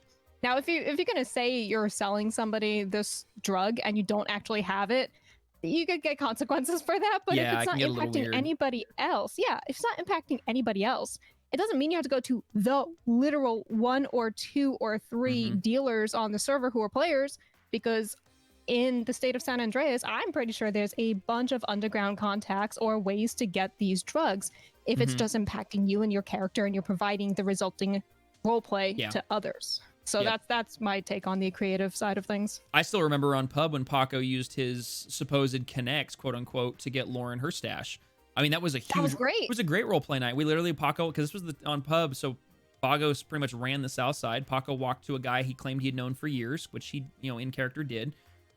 Wasn't even a person. It was a doorway over in the Form Apartments, and he walked up to it, walked to a very specific apartment, and basically said, "Hey, I need some stuff." The guy, we went back like an hour later, pretended to get it, and it was just a bunch of /me's, and it was amazing role play. It ended up driving so much character progression for not only Paco, but Paco and Lauren and Ying and everybody. So, and not just that, there was such those were just /me's that didn't exist as a thing. Yeah, no, there was nothing. It was all /me's. The impact of it, Paco told Lauren, do not come back here on your own. I will find out. And she was scared to go back, but she was also jonesing for that fix. Yeah. Ying slapped Paco in front of Lauren as a result for enabling the habit, and she respected the role play, and it turned into this huge dynamic and this huge story arc. So don't limit yourself, just because I'm literally not getting money for it. It's okay. You're providing story that's way more in depth. Sincere Six says, when it comes to crime that isn't with mechanics, I think it's the lack of the instant gratification or money or whatever they want that deters people from doing non-mechanic RP. And that was going to be my point when it came around to me, and we can get into that in a second. But yeah, I can understand the flip side of that. Of if you're not getting anything out of it, it's very difficult to continue doing it for prolonged periods of time, because it can cause other issues, such as like, well, I'm doing all this role play, but I'm not making any money. And that's kind of the reason I kind of burnt out of the whole gun shop RP in Paleto. Nobody was showing up. We're not making any money. I'm losing money doing it. And it's like, it gets to a point of, okay, I'm getting kind of bored. Riggsy, what's your take on the concept of crime and mechanics versus creative ideas? Yeah, it's kind of what Sixty said. Like, people like crime is a money market, so a lot of people are in crime because they want to make money so that they can do the things, they can do whatever they want to do with their character. Be open, be open to people being like super creative with shit though, because like there was a thing that like I was trying to do back when like Carlos figured out that MDMA was in the city. I was gonna start basically using meth inside of pill capsules, and we RP'd it all out, like going to dollar pills and buying the empty capsules and shit like that. But as soon as I dropped meth in front of somebody, everybody was like, no, I don't want that. Like, oh yeah, no, that's meth. And I'm just like, you wouldn't be able to tell unless you had like a test kit or something like that. Like, of course there's ways to tell, but it's really, really hard to do that when people aren't willing to accept the creativity over the mechanic. I was just going to say, I think a lot of people will always default to, if the mechanic says it's meth, when instead of everything's been RP'd that's an MDMA capsule, and you pretty much have to tell them, oh, see, no, this would be an MDMA capsule, just go with it. And people are like, I don't know how to react to this. I don't know what to do. It's not MDMA. It's like, guys, just it's an item. It's literally just a line of text that exists. Roleplay whatever the hell the guy says it is. Just roleplay it. You don't have to commit yourself to, oh, the mechanic says it's this, so it's that. That's all it can ever be. It's like, no, you can RP. It's something else. Humble, what about you? What's your take on the crime and mechanics versus creative ideas? When it comes to like crime and mechanics and just being creative, some of my most favorite RP on Eddie was back when he was working at the university and people were stealing the paintings from like, we had no interiors, but there was a painting there, and we actively made a police report. We actively were looking for, thinking it was one of the students or something like that, or was, prank. It's just being given something and by another RPA and just saying, yeah, sure, there's no mechanic to it, but that is, someone once said, who I 100% agree with, is that we can have no mechanics on the server, but if you give me /me's and scenes, we can create literally whatever we want. Anything you want. And it is 100% true. Yep. And all of that. Yep. Like, for instance, Neon T's kid confirmed Eddie had over 1,000 boxes of Girl Scout cookies that he was trying to get rid of.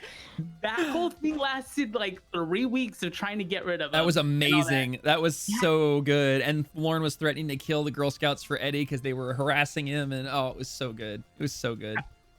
Yep, I remember just /mean, yes, has threatening letter from Girl Scout Association for ruining Thin Mint's prices and stuff like that. And it was just, it's just creating RP and taking the scene status scenes and just rolling with it. Yeah. Of course, limitations, like he says that, hey, there's actual Oxy in the server. If you're selling it to another character, but you don't have the Oxy, it's like kind of no. Yeah. Now, I mean, if that character wants to still buy it and RP it out, I mean, technically, sure, go for it. There's no rule against that, but just remember 100%. That it may come with some consequences. There may be some struggles there.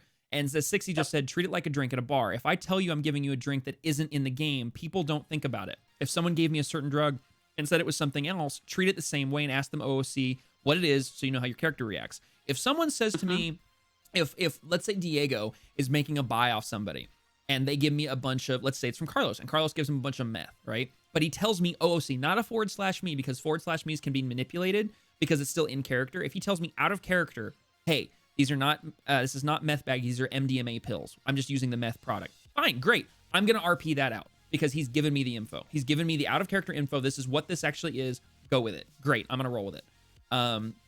Being willing to accept that and not look at it and go, well, this says this. I can't, it's like people's brain short circuit or something. It's like, no, just go with it. Go with the role play. Go back to the days when this stuff didn't exist and it was all /me's.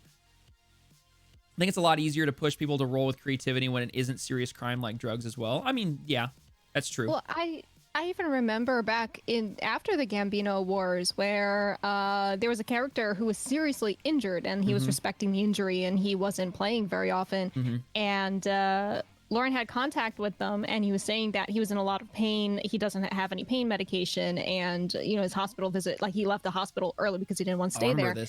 Yeah, exactly. And again, Oxy and these kinds of drugs were not on the server. So Lauren always had a secret stash, and I always role played going into a room, going to the dresser, doing the parking meter emo, doing the /me's, grabbing the bottle. And she even met with him and said, okay, don't tell anybody about this, but this is mine, this is personal. And it was in a little baggie, like just to show that it was like this is not an official mechanic.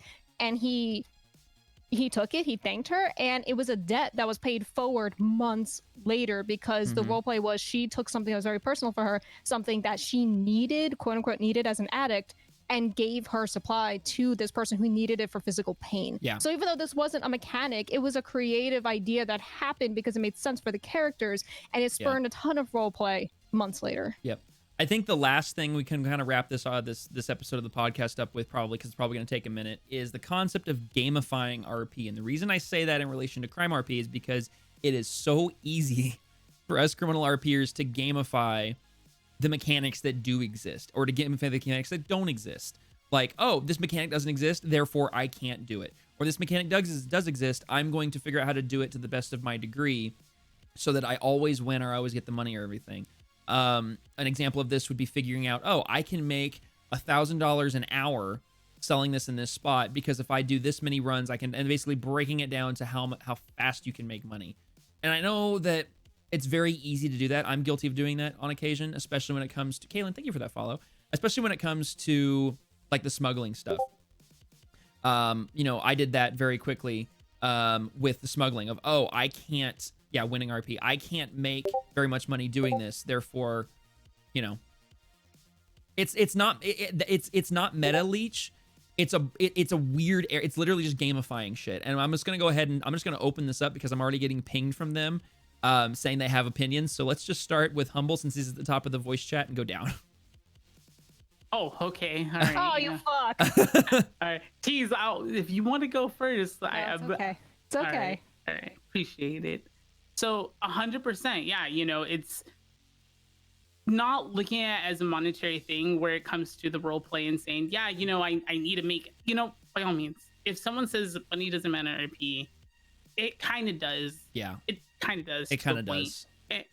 And as bad as it sounds, you need money to do certain things, guys. It just comes down to it in the end. So I completely understand where people are like, hey, this mechanic doesn't exist, therefore, you know, I'm just going to ignore it or go past it. And it's like, by all means, have your money making ideas that are going to drive up that bank account so you can push more RP, but then be open-minded to the fact that there are ideas that are coming out where you don't have to focus on a mechanic, focus on something like that, and you guys can be more creative in, or even any kind of role play to be more creative, because that's what's going to be more genuine, I guess, in the sense of role play.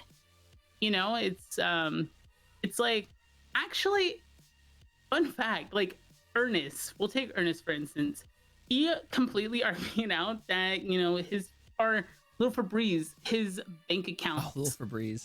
Little Febreze, his bank accounts and everything like that. Or Ernest saying, yeah, he came from wealth and his family was very wealthy and things like that. Is being able to say, you know, there's no mechanic behind it, but he says he was going to buy a yacht and he was going to buy a yacht. Yeah. And it, you know, it's one of those things, just kind of being open-minded, but in the end, don't focus on the mechanic side, but focus on more of the creativity while you still also, you know, work on building up that bank account.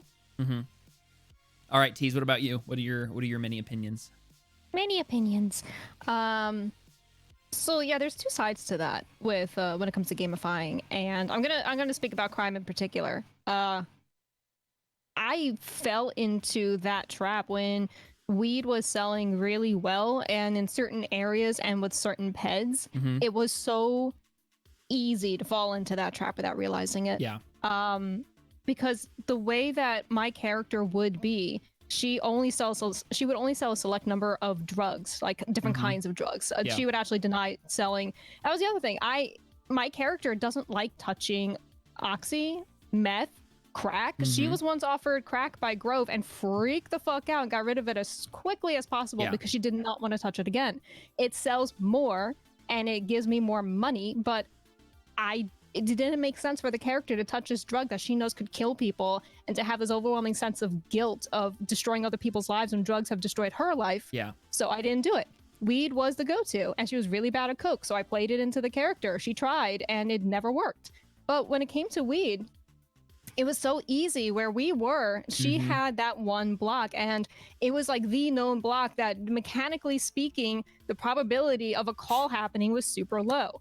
I knew this out of character, and I hated that because I was so scared that people were going to think I'm just rolling this block because of that reason. When we actually had, as was LC, everyone had their spots. Yep, everyone had their corner somewhere in their little region that they would sell in.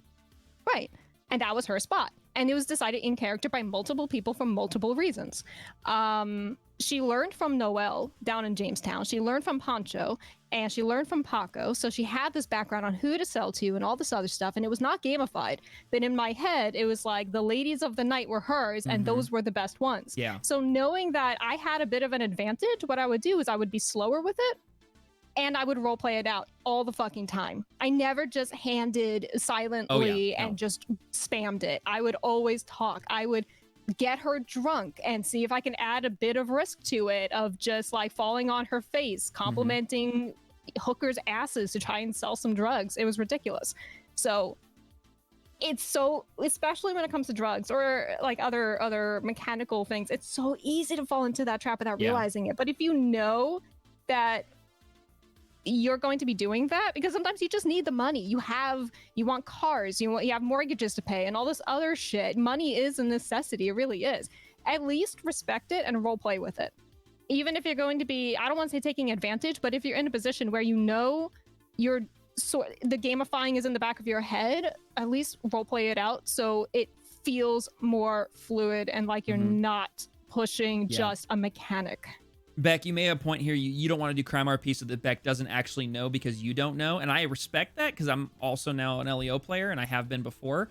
But there's something to be said about being an LEO with CrimeRP related knowledge because you have an understanding of what the criminal might be doing, not in a sense of trying to catch them, but helping benefit their story. Not trying to get a win, but I'm trying to think of an example of this to better understand.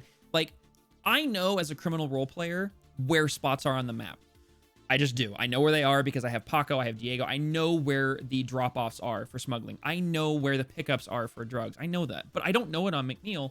It's very easy to ignore that, for first off, but it's also very good because you know, I'm trying to think of an example to better articulate this, but you kind of have an understanding of how people are going to behave, and you can kind of overlook some things maybe a little bit here and let them have their RP. You have an understanding of, see, Seraphima knows what I'm trying to say. I'm just very bad at saying it, but being a cop, having CrimeRP background is so much fun because you're not trying to win, but you understand that, okay, here's an example. Louis G, this is a perfect example. Louis G was on Vinewood Boulevard, and I forget which street he was on, but he was on Vinewood in some street playing bongos. And Storm and McNeil walk up. We had CDC complaints in the area. He's the only, non-ped on the street.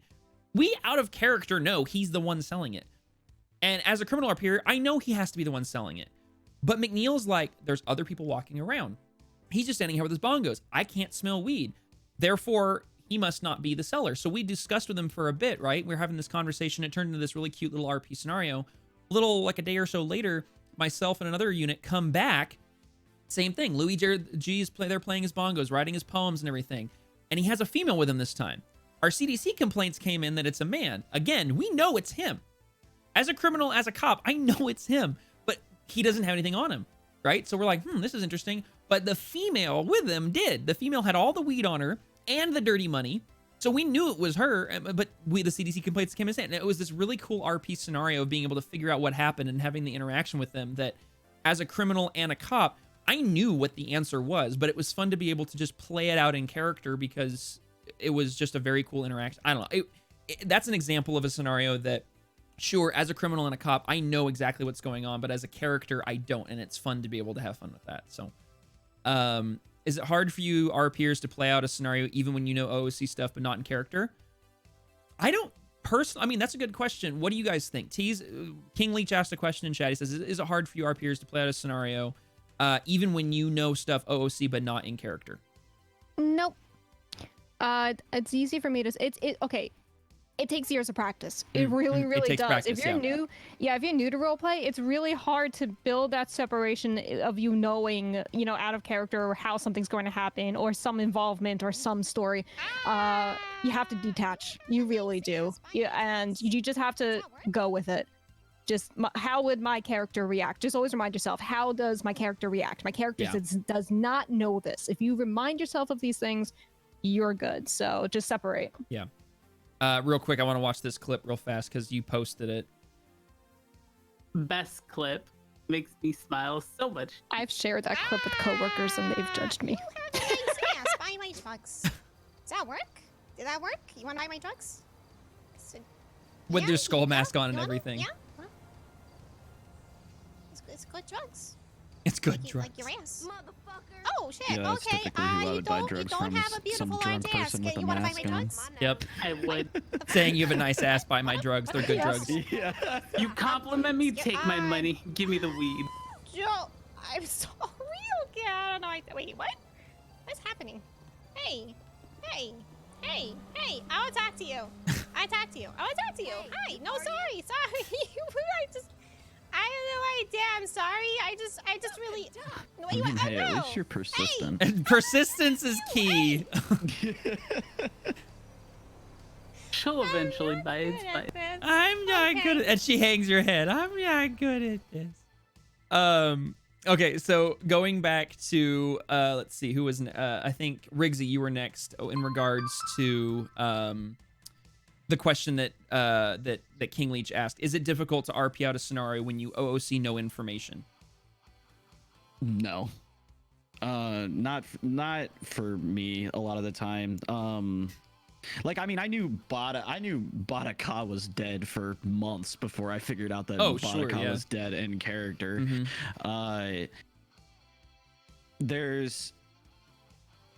There are some things that I think would be difficult, but they've never happened. So I can't really, but like a lot of the stuff, like my friends being dead, like whether it be Jay or whether it be Chief or, I know that I'm like, I haven't learned that Jimmy in Death Dealers is dead yet, but I know I know out of character. I've known out of character now for however many days he's been dead. Sure. But yeah, I think T said it. Just imagine how your character would react to it. Yeah. That's the best way to do it. Yeah. Humble, what about you? I would say no, but then I also do a lot of things where I don't really watch VODs. I don't. There are maybe a few people who I actively watch, and it's not per se to the RP, the Twitch streamer as well as who they do. It's just that as a role player, I want to be able to actively make sure that I can give them that genuine response, especially if it includes any of my characters in any kind of sense. Yeah.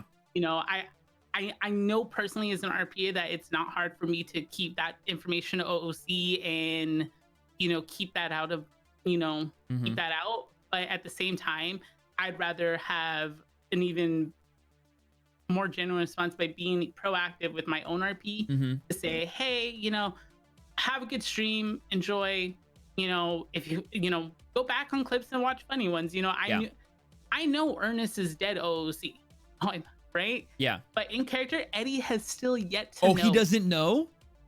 No, he doesn't know. Oh dear. Oh dear. That's been like a year. Exactly.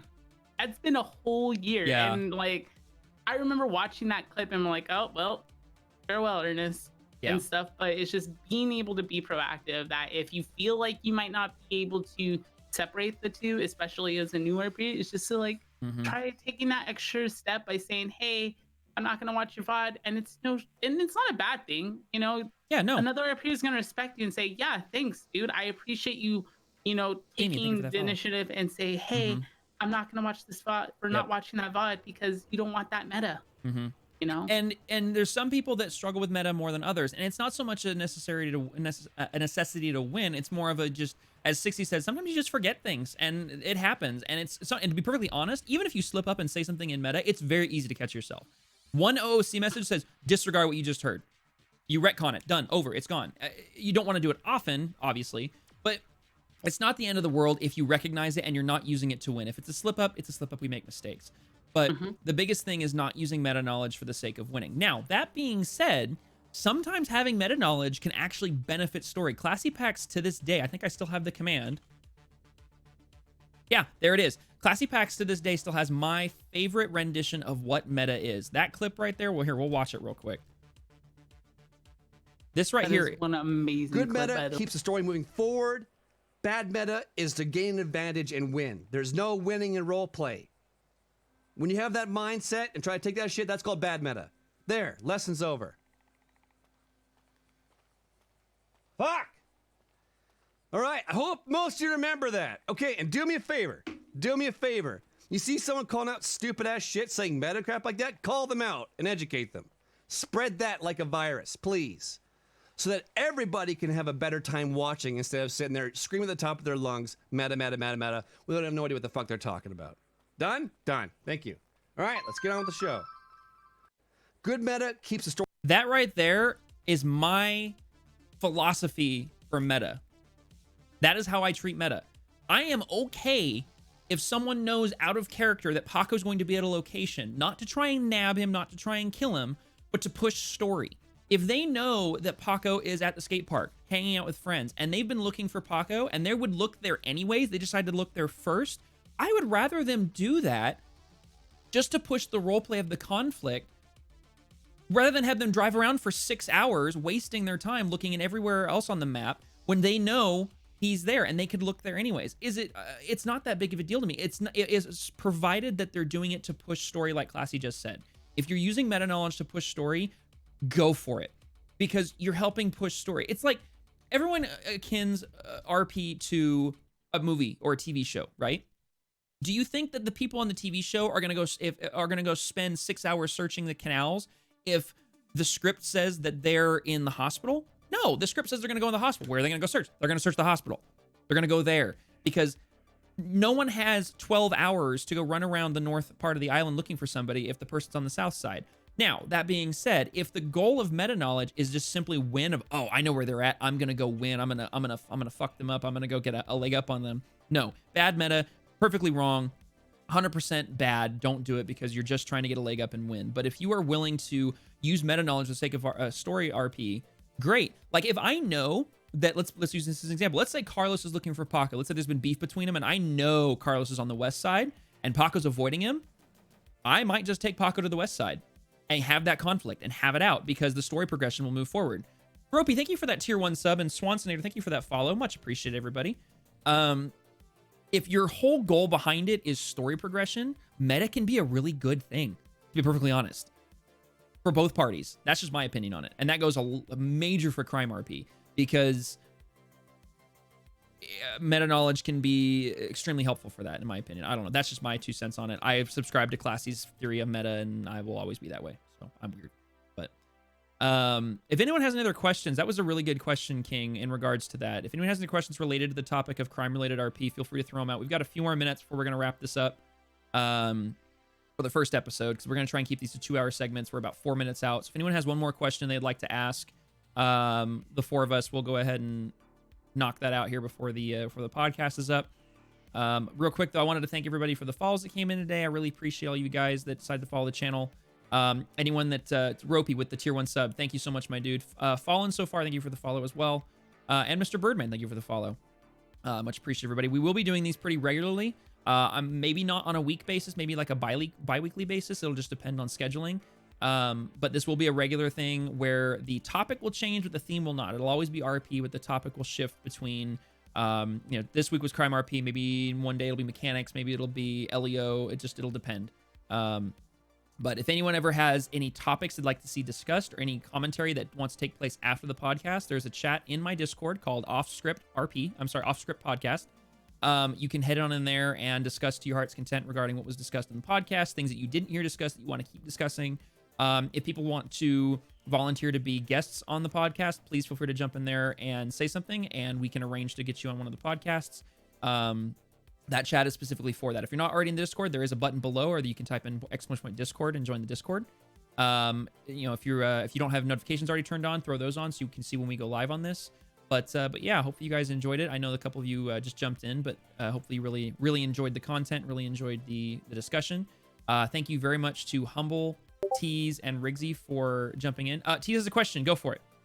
Yeah, I was just thinking, since we only have a few minutes, what is your guys' take on characters that are built for crime, like literally purposed for crime? Like say they're a car guy, they're a scam guy, something like that, versus characters who are just made as characters who then eventually fall into crime, just naturally and organically. Okay, so for example, let me see if I understand this correctly. You're talking about someone who's like Paco, who's built as a criminal, as opposed to someone built like Eddie, who maybe falls into crime, but he was originally built as a civilian, right? Sure, or even Rook, how he has a history, but it's off camera. Like, my character is built for this. My character is a heist character. My character is a scam artist. Headcanon versus game canon. Yeah. Okay. I'm always been a subscriber to headcanon. I mean, I'm not saying that it should be the be all end all. Obviously, you need to have a lot of in-server kind of clout to back up what you're saying, but I've always subscribed to having a character with a rich backstory that drives them as a person.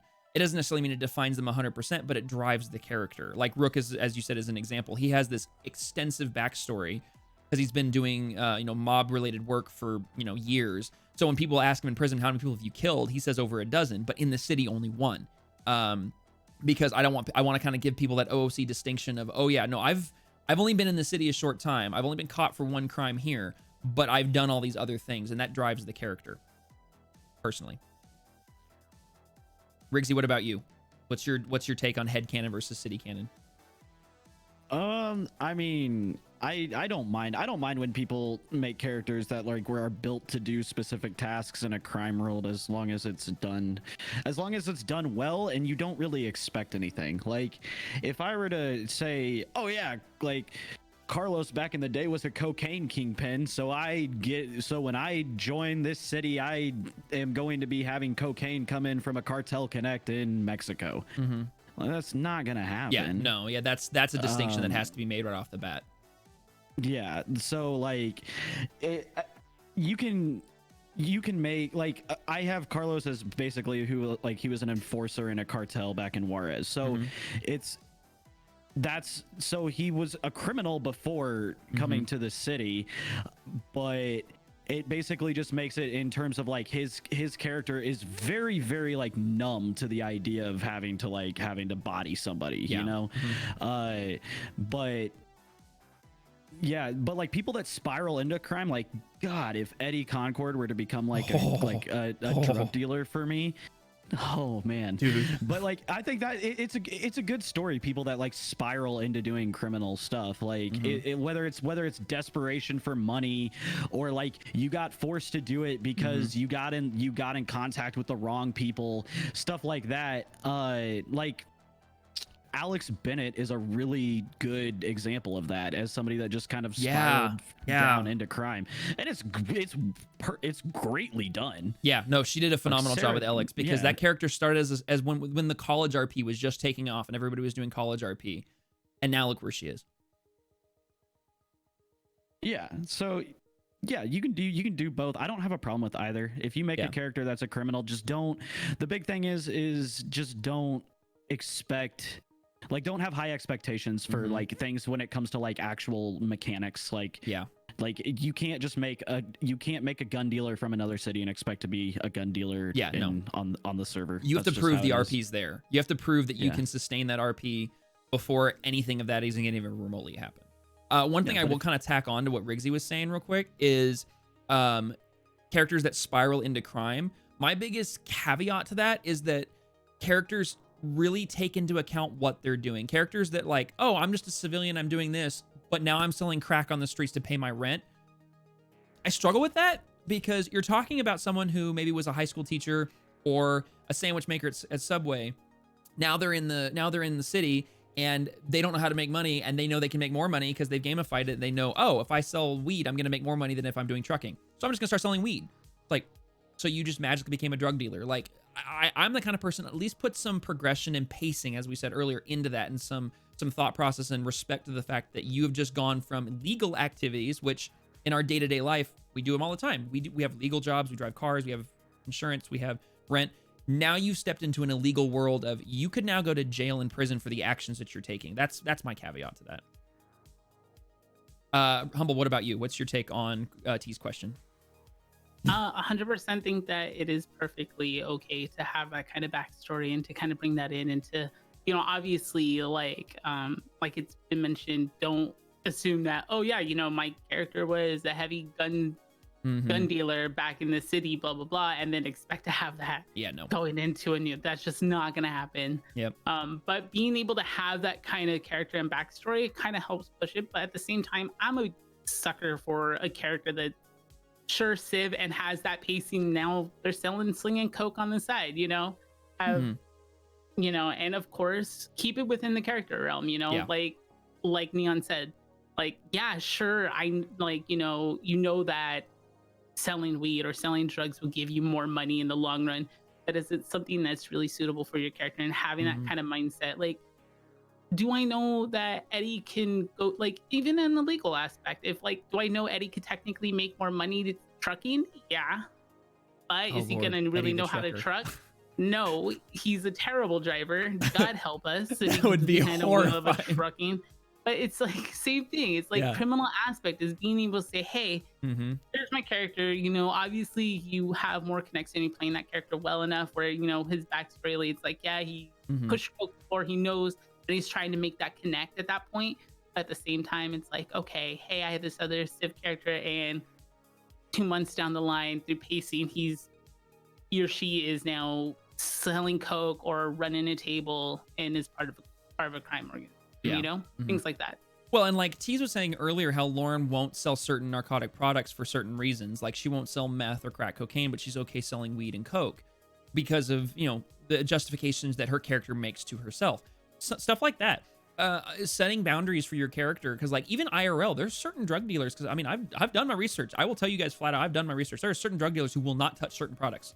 It's legit. They won't do it. There are certain people who they don't mind selling weed because it's, you know, whatever, but they don't mind selling MDMA. The second something like, you know, like crocodile or meth comes on the table, they back off. They're like, no, I'm not touching that because that stuff fucks with people. And even still, there's still drug dealers out there that sell product that hate themselves for selling it, but they have no other option.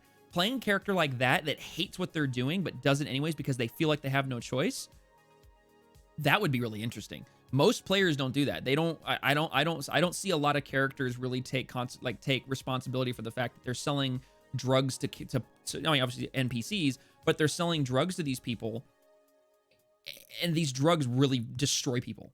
Like they really will destroy these people's lives. And that's one of the reasons that Paco was really hesitant to get involved in Carlos's meth game, because Paco doesn't like that. He doesn't want to touch meth. But you know, Paco started changing a little bit.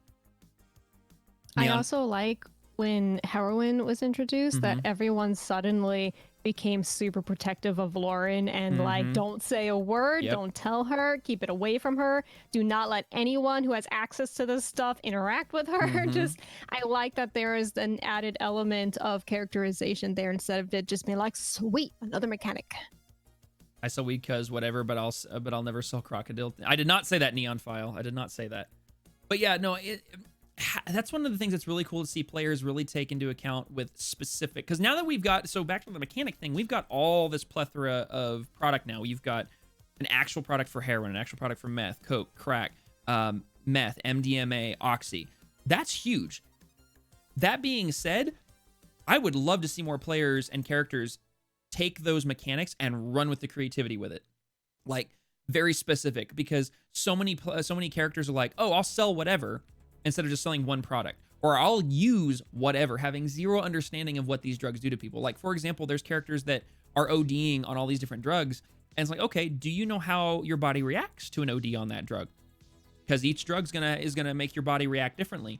Not to mention, some are uppers, some are downers. Do you know how they're gonna react when you take them? You know, people will take something like an upper and they'll start behaving as if it's a downer. It's like, well, you might want to do your research on that before you go down that roleplay line. That goes back to what I was saying earlier with the firearms of do even a slightest amount of research on this and you will be able to see your RP flourish and it'll be amazing. Okay, so does any more final questions from the chat or people in voice chat that want to throw out there before we wrap this up? Okay, no one from voice chat, so that's good. Yeah, no. Okay. Anyone in text chat have any final wrap-up questions?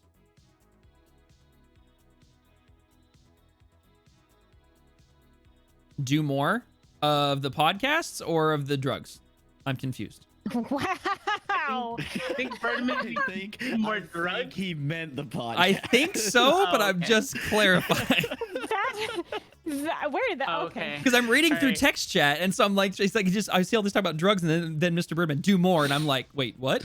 So Yeah, that's how I read it. Don't okay, worry, all right, dude. good. It's not just me. Okay, Drugs, do more. yeah, do more drugs. Okay, so on that note, we are going to go ahead and wrap up episode 1 of Off Script, which is my new RP podcast. But huge shout out, thank you to Mr. Humble, Oddities, and Rigsy.